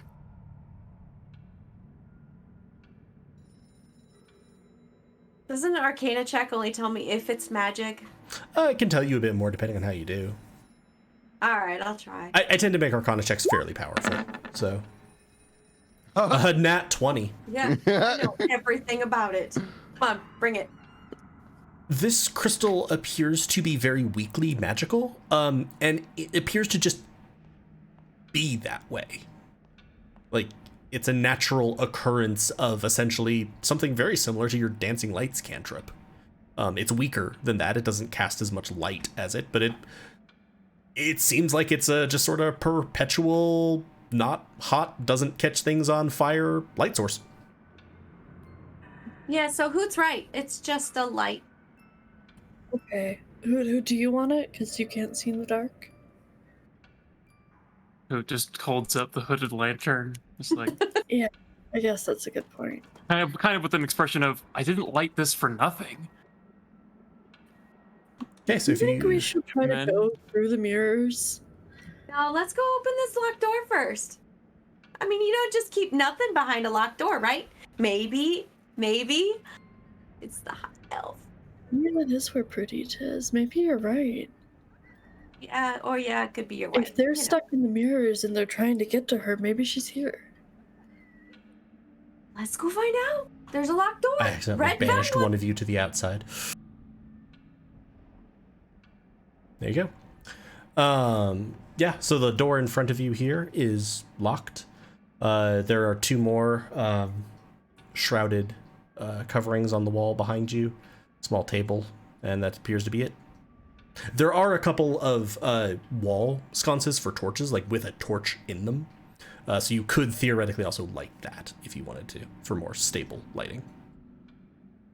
You've passed some more of those along the way. And the stairs there's no stairs that continue upwards, right? No. It appears that this is a two-story building. You were on the ground floor. You're now on the second floor. It doesn't appear that there's a basement, at least in what you've seen. And there's not more stairs up, at least in this area. Okay. I just eternally get confused with the graphical representations of up and down stairs. So I'm just like, fuck it, Yeah. using the same thing. Yeah. I'm always like, is the shading down or I don't know. I don't care. Just stairs. There's stairs there. Tell you which way they go. I'm gonna check this door for traps. Give me an investigation check. 23? Not trapped, but locked. It's not trapped, but it's locked, so maybe the key? I'll try the key. You slide the key, turn it in over. The lock is open. Sweet. I will step out of the way and let Elisa walk in. I like that you all keep leading with the rogue. It's fine. Almost as much HP as the fighter. So Yeah, but it's your inside, wife you're after, Uh-huh. so.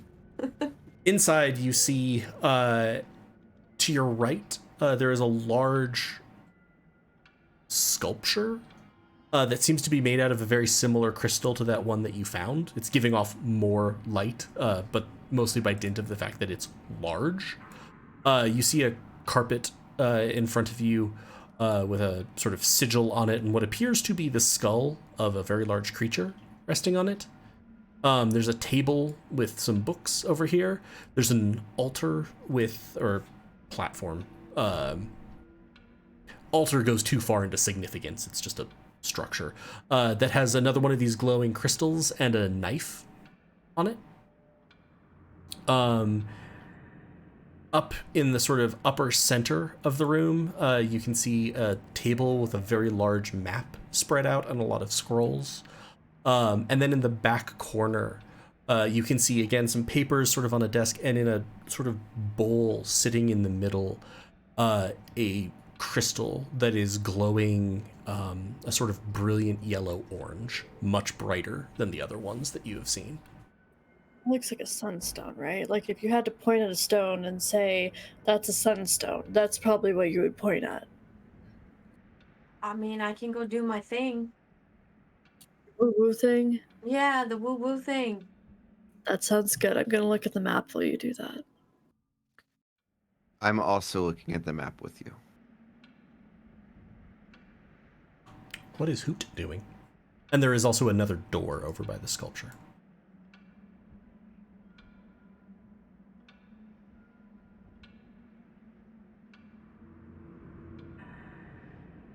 Joel? Hello? Hello. My Hi. earbuds Yeah, died. yeah. Or what is Hoot doing?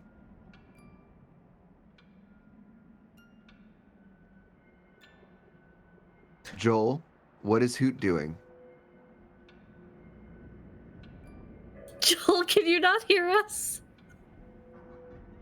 Joel, Joel?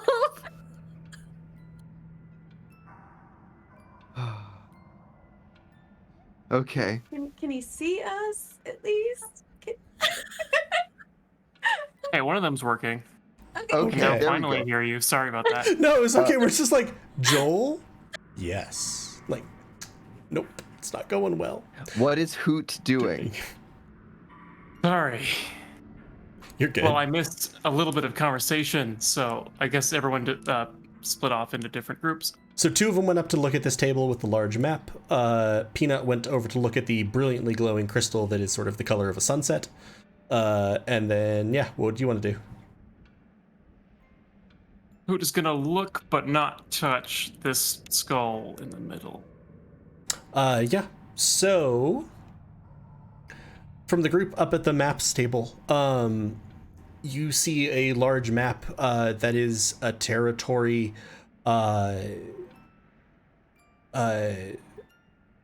Kargafell that is not at all familiar to you. The geography of this is entirely alien. Nothing seems to make any sense around it. You can kind of shuffle through a couple more things. There's multiple maps, the landmasses of which bear absolutely no resemblance to Tyr. It's entirely different. It's a very large central continent, essentially, with some islands on the outer ring. Boundaries are entirely different. Nothing looks similar to Tyr. There are also various scrolls and other things, but most of them just seem to be notes about locations. They also, as you flip through more of them, they do seem to be tracking the Shadowstorm locations. It seems to be attempting to collate reports of where they were. Peanut, you see on the papers there seem like they are, again, research notes. As you sort of cast your eye over them, and then do you look at those more, or do you go to the crystal first? Look at those first. So there you start to see more notes, and the dating on them comes after sort of the end of the journal that you'd found. And in it are multiple references to Perdita's account of what happened the night that she appeared here. Okay. And sort of seems to be trying to break down what is necessary to do this. And essentially you come into this, that it seems like what he settles on is this formula is you need to be carrying a stone of the sun, and you need to cross a space. She mentioned she crossed a bridge while the shadow storm is occurring. Okay. So Peanut is connecting dots. And then I'll go check out the stone. It's glowing pretty damn brightly for you to assume it's anything other than magic. It is intriguingly, the way it glows is almost akin to the way you all seem to glow. Like it has a similar vibrance that the other crystals have, that soft, dusty or dusky light that's more about this world. This one seems more vibrant. Can I take it? Yeah, it's not secured down. All right, I'm gonna stick it in my pocket. I'm gonna grab those research notes. Are anywhere is there like a hammer, anything? Like anything that I could use to break locks on a box? There don't really seem to be those types of tools. There is a chest open that has a bunch of up here assorted sort of gems in it, which you would suspect would be quite valuable. Yeah, no, that's not what I'm concerned about. I'm gonna leave where I'm at. I'm gonna go over to the map. And before we do that, Hoot, what would you... One, can you hear me? I don't think you can I'm hear- leaning no.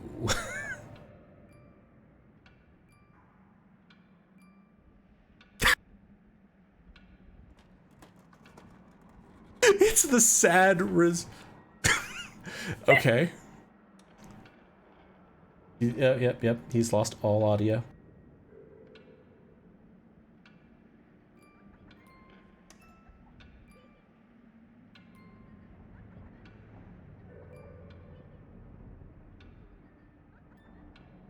Can you hear us now? Hey, Joel, can you hear us? Incorpora, Joel.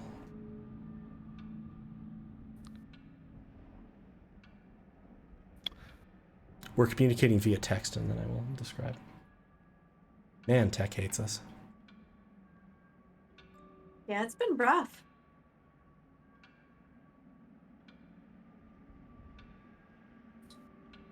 Cool. Yeah.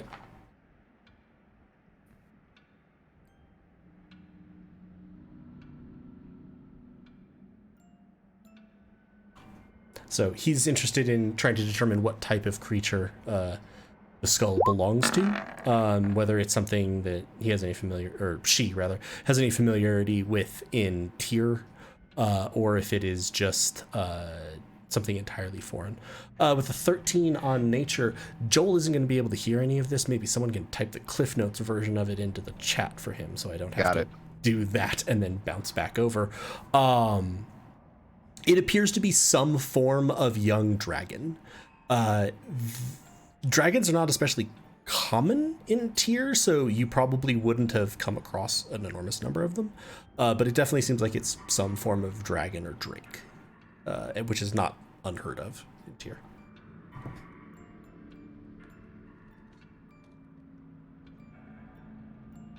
So with that, we can then cut to Peanut making her way over, clutching this glowing crystal, to the map table with Red and Elisa.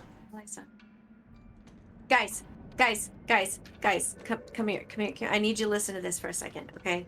Because Peanut, that's me. I've got there are dots. There's dots, and I'm connecting them, and I'm connecting these dots. So, Okay. hey, Elisa, look at these notes here. These are about more of your wife figuring stuff out. But here's where I think I figured out how we got here. Okay? So if you see on her notes here, it talks about having this, and I'll show the stone, this sunstone, this stone, and you crossing something. Now, we crossed a river. And we're carrying a box that's locked that I'm thinking has one of these stones in it. Can we open this box so that we can see if I'm, correct as I think I am? Yeah, I can probably open it. Do the notes say where Perdita went? No. Has anyone checked that room? Not yet. Maybe she's in there. Should I go check there? Can you open this box first? Red, you got the box, right? Who's carrying the box? I'm not carrying the box. Sure, I have the box. I'll open the box. I don't think any of us declared that we had it, but sure. Well, I know when we were with the Lord of Bone and Branch, you were talking about delivering the box, so I didn't know if that meant you had it. You have it? Fair. You don't have the key to open it. You don't have the key to open the locks. I have thieves' tools. You do have thieves' tools. And I assume that key that we used to open this door would not fit in the box. It doesn't appear to be even vaguely like the right size or shape. Okay. I think I'm back. I hope you're not getting an echo. Yay! Oh, We we're can hear hearing you. And we're not getting echo. Okay, good. Because I'm currently playing sound through the HDMI connected TV. My headphones wouldn't work. Neither would my normal speakers. Weird. Brutal. Yeah. So what was like the last thing you heard?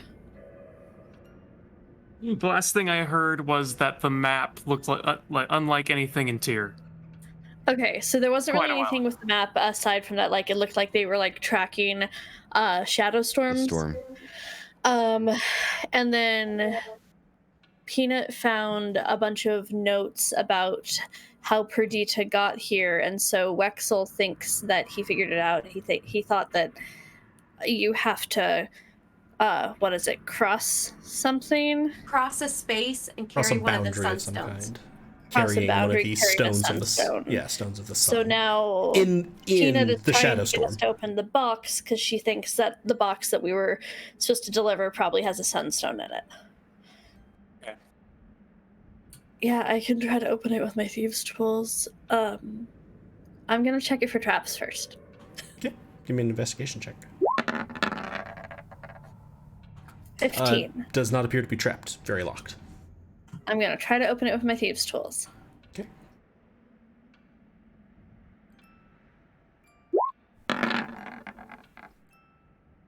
Twenty-one. It takes a lot of doing. But eventually you are able to open this. It's a very finely crafted lock.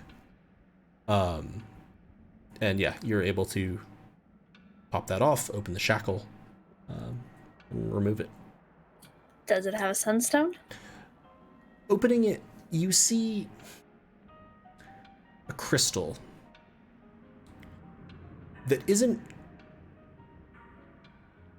It glows the way everything on you glows. It doesn't glow the way that sunstone, or that stone of the sun, technically, glows, where like it's actually emitting light. It looks kind of almost ash covered and slightly cracked, and it's also a slightly different color. Instead of this very deep like sunset orange, it's more of an amber yellow, and it shows clear signs of having been shaped.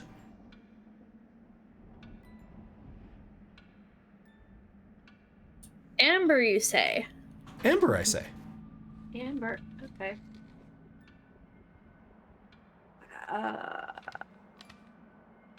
This doesn't really Can look I- like a sunstone. Can I tell if it's like related to the sunstone that I'm holding? You could give me an Arcana check. If you're trying to look for magical resonances, you could give me a nature check if you're trying to figure out like the substances are really the same. 15 for Arcana.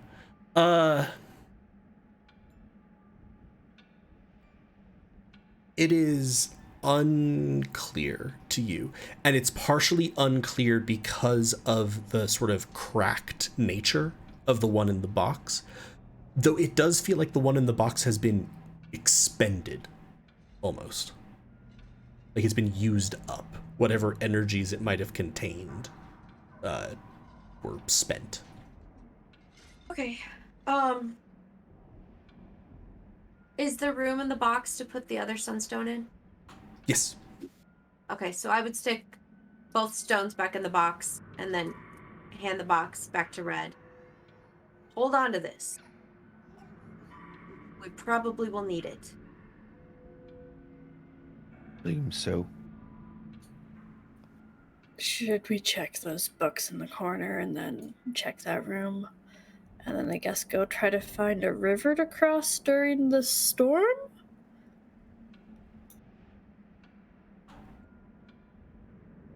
Yes? Now, do we want to tell the Lord of Bones and Branch about this? No. Maybe. We don't want to talk to him ever again if we can Oh, help it. Never. I Never, agree never with again. you, yeah. I want my name back. So Elisa, you make it over to there. I feel so bad for Rosso. Yeah, I'm gonna look at these books real quick.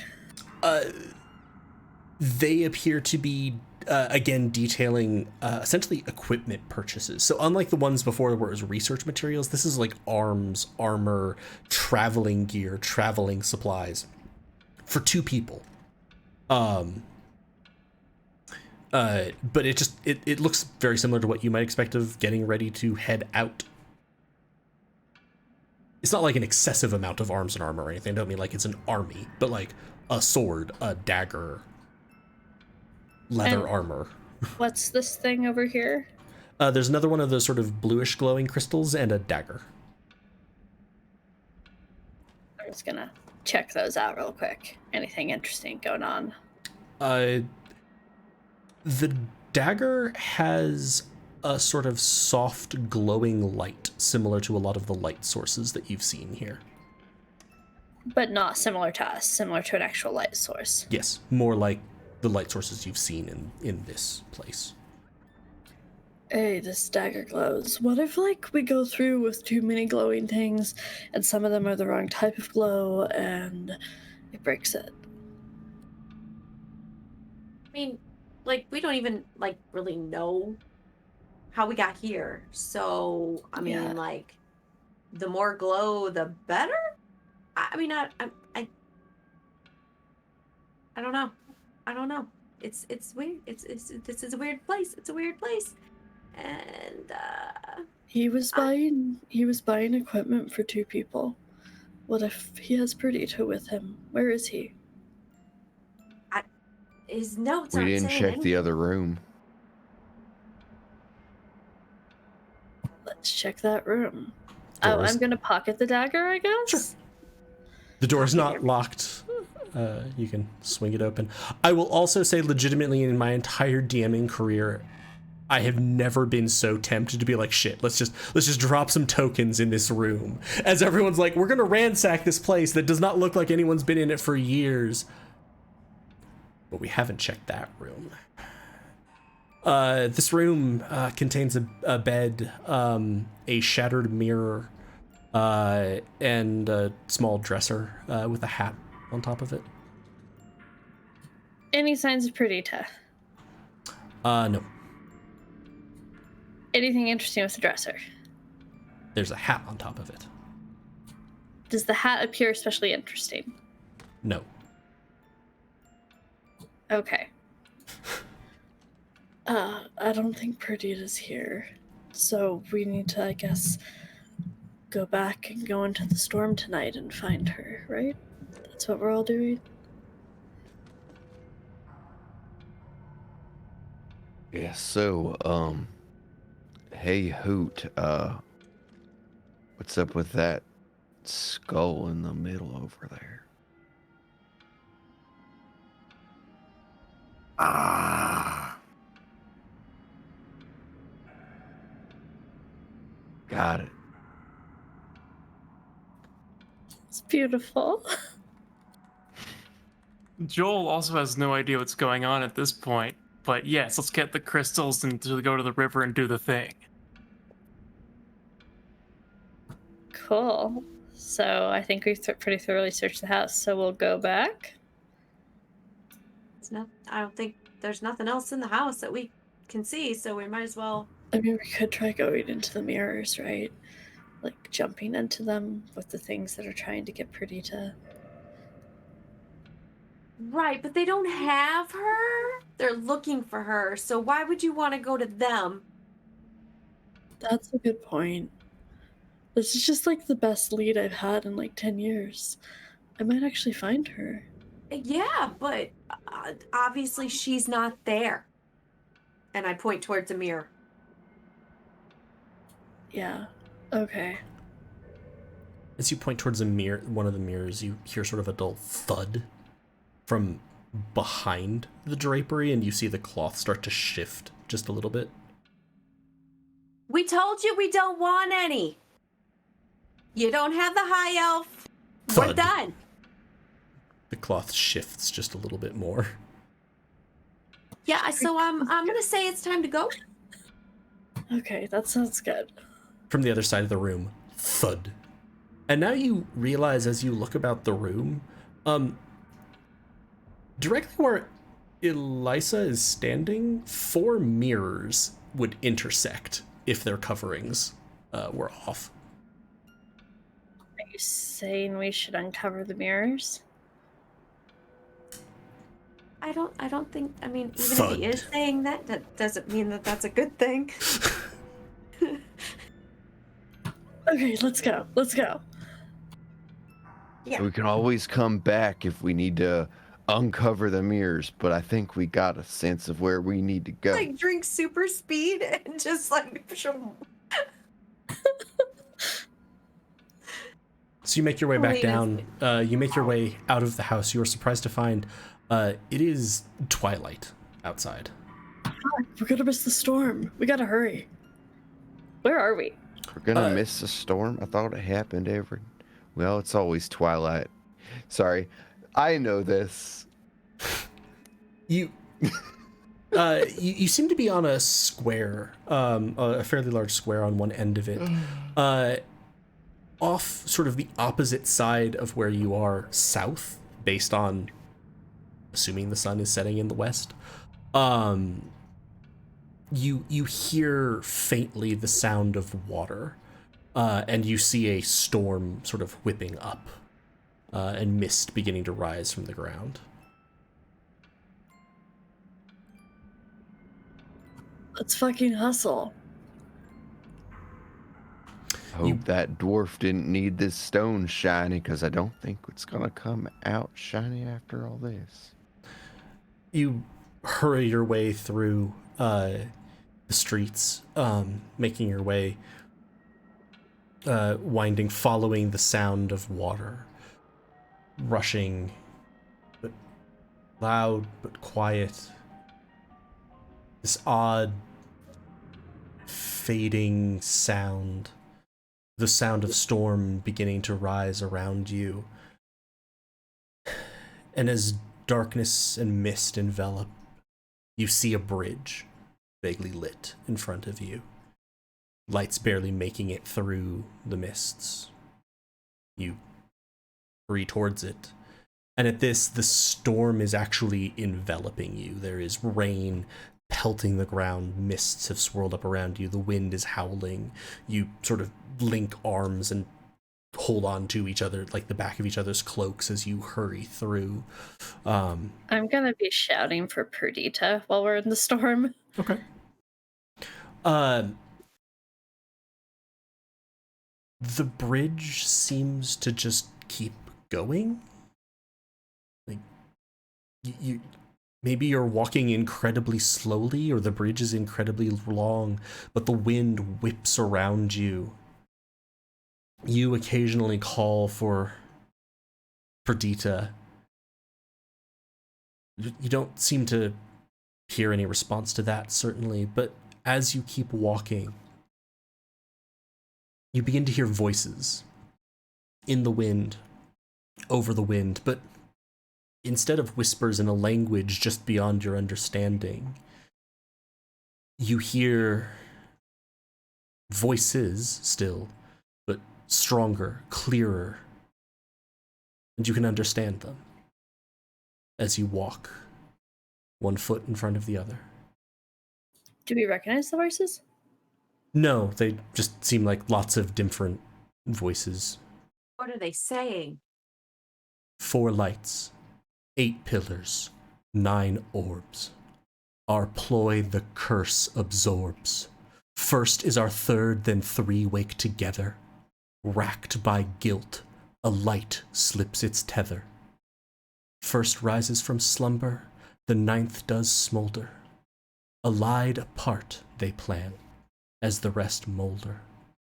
Homed by the wise, by bravery the 2nd wakes. Lost 'neath the sand, for freedom the 7th aches. Multi-mana arise, still holding the line. A voice calls, freeing pernicious vine. With power together, resist the 10's knife. Love each other, for you are Tyr's life. I'm gonna need a copy and paste of that. I was quite sure you would. As the last syllable of that falls away. You are not on a bridge in a raging wind, in a torrent of shadow. You are not outside. You are standing in what looks to be a reception hall? Or an entry hallway? And floating directly in front of you, hovering, is a small imp. They're here. Hey, have you seen a woman? She's a little shorter than me, about 4 inches shorter than me, curvy, pale, freckles, red hair, curly red hair, middle-aged, smiles a lot, really happy, extroverted. She come through here? She sounds nice, but no. I should go back then. You could maybe ask my friend. He might know more. Okay, I guess I'll wait a sec to go back. And the door will open, and a young dwarvish man will sort of step in. Ah, yes, You're a bit earlier than I'd expected. I trust that you're muted, Sam. Audio! Muted. Is this yours? No, wait. Remember, like, we kind of opened it. We opened it, and there's some extra. Doesn't need to know that. There's something extra in it. Yeah. Yes, that would be the package. Hey. Yes. Have you seen a woman? She's about 4 inches shorter than me, pale skin, freckles, curvy, middle-aged, red curly hair, smiles a lot, really extroverted, sweet. No. Me. Okay. But I have heard of such a woman. Oh. She walked the same path that you did. Where is she? Over and back. She's somewhere in Tyr. I am not exactly sure where. But she's in Tyr. So far as my sources can tell, yes. Wait. How do you know that we walked a path? Because I set you upon it. You set us up. It's the high elf. He told you to do it, didn't he? Yeah, well, your stone is broken, so there you go. The stone broke. Interesting. Excuse me, where you don't mind, where are we? Oh, you are in Coleman. Fucking finally. Sorry, where? Coleman? Okay, thank you. You are in my shop. The second door. You are delivering a package for me. Yep, we sure are. Wait, hold up. Table talk for a quick second. Did you copy and paste what you just told us? Yeah, I need that. Oh.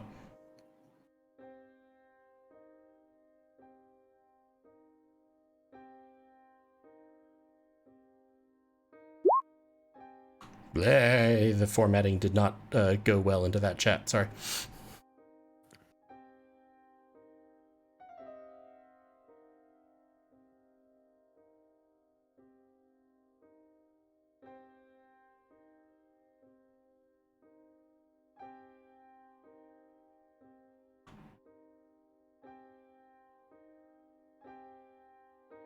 This is my shop. You have completed a job, and now I think we have much to talk about, and much useful future employment could be had. Why wouldn't Perdita come home if she's in Tyr? I'm not sure.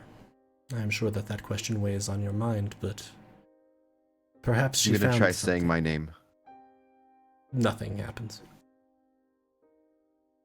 Fuck. You're gonna see just a single tear. At this, the dwarf is going to look. You met with a fae, didn't you?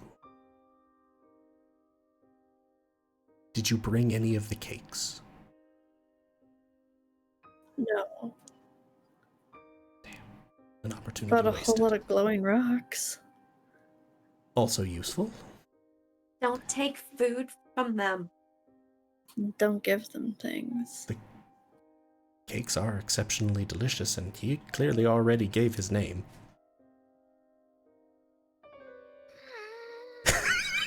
Aww. Why did you put us on this path? Because I had ideas, suppositions, theories. I and friends of mine, Why associates. didn't you perhaps. go yourself? Why would you why would you do this?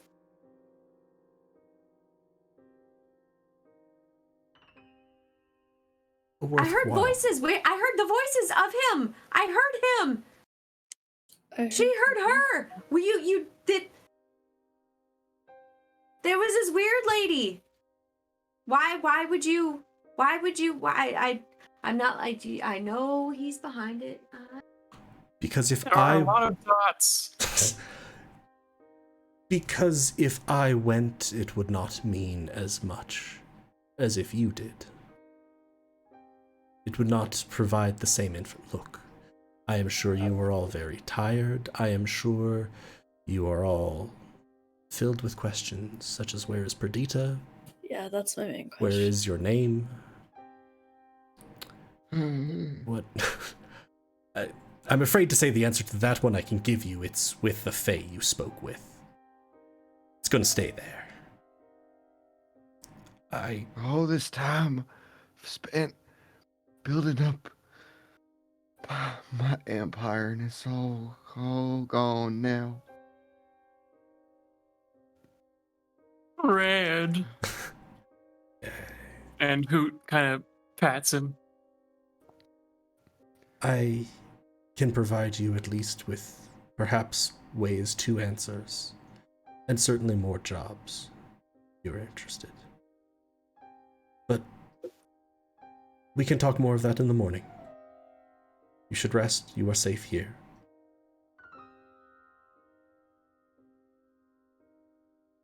And you are safe. I will see to food, beds, etc.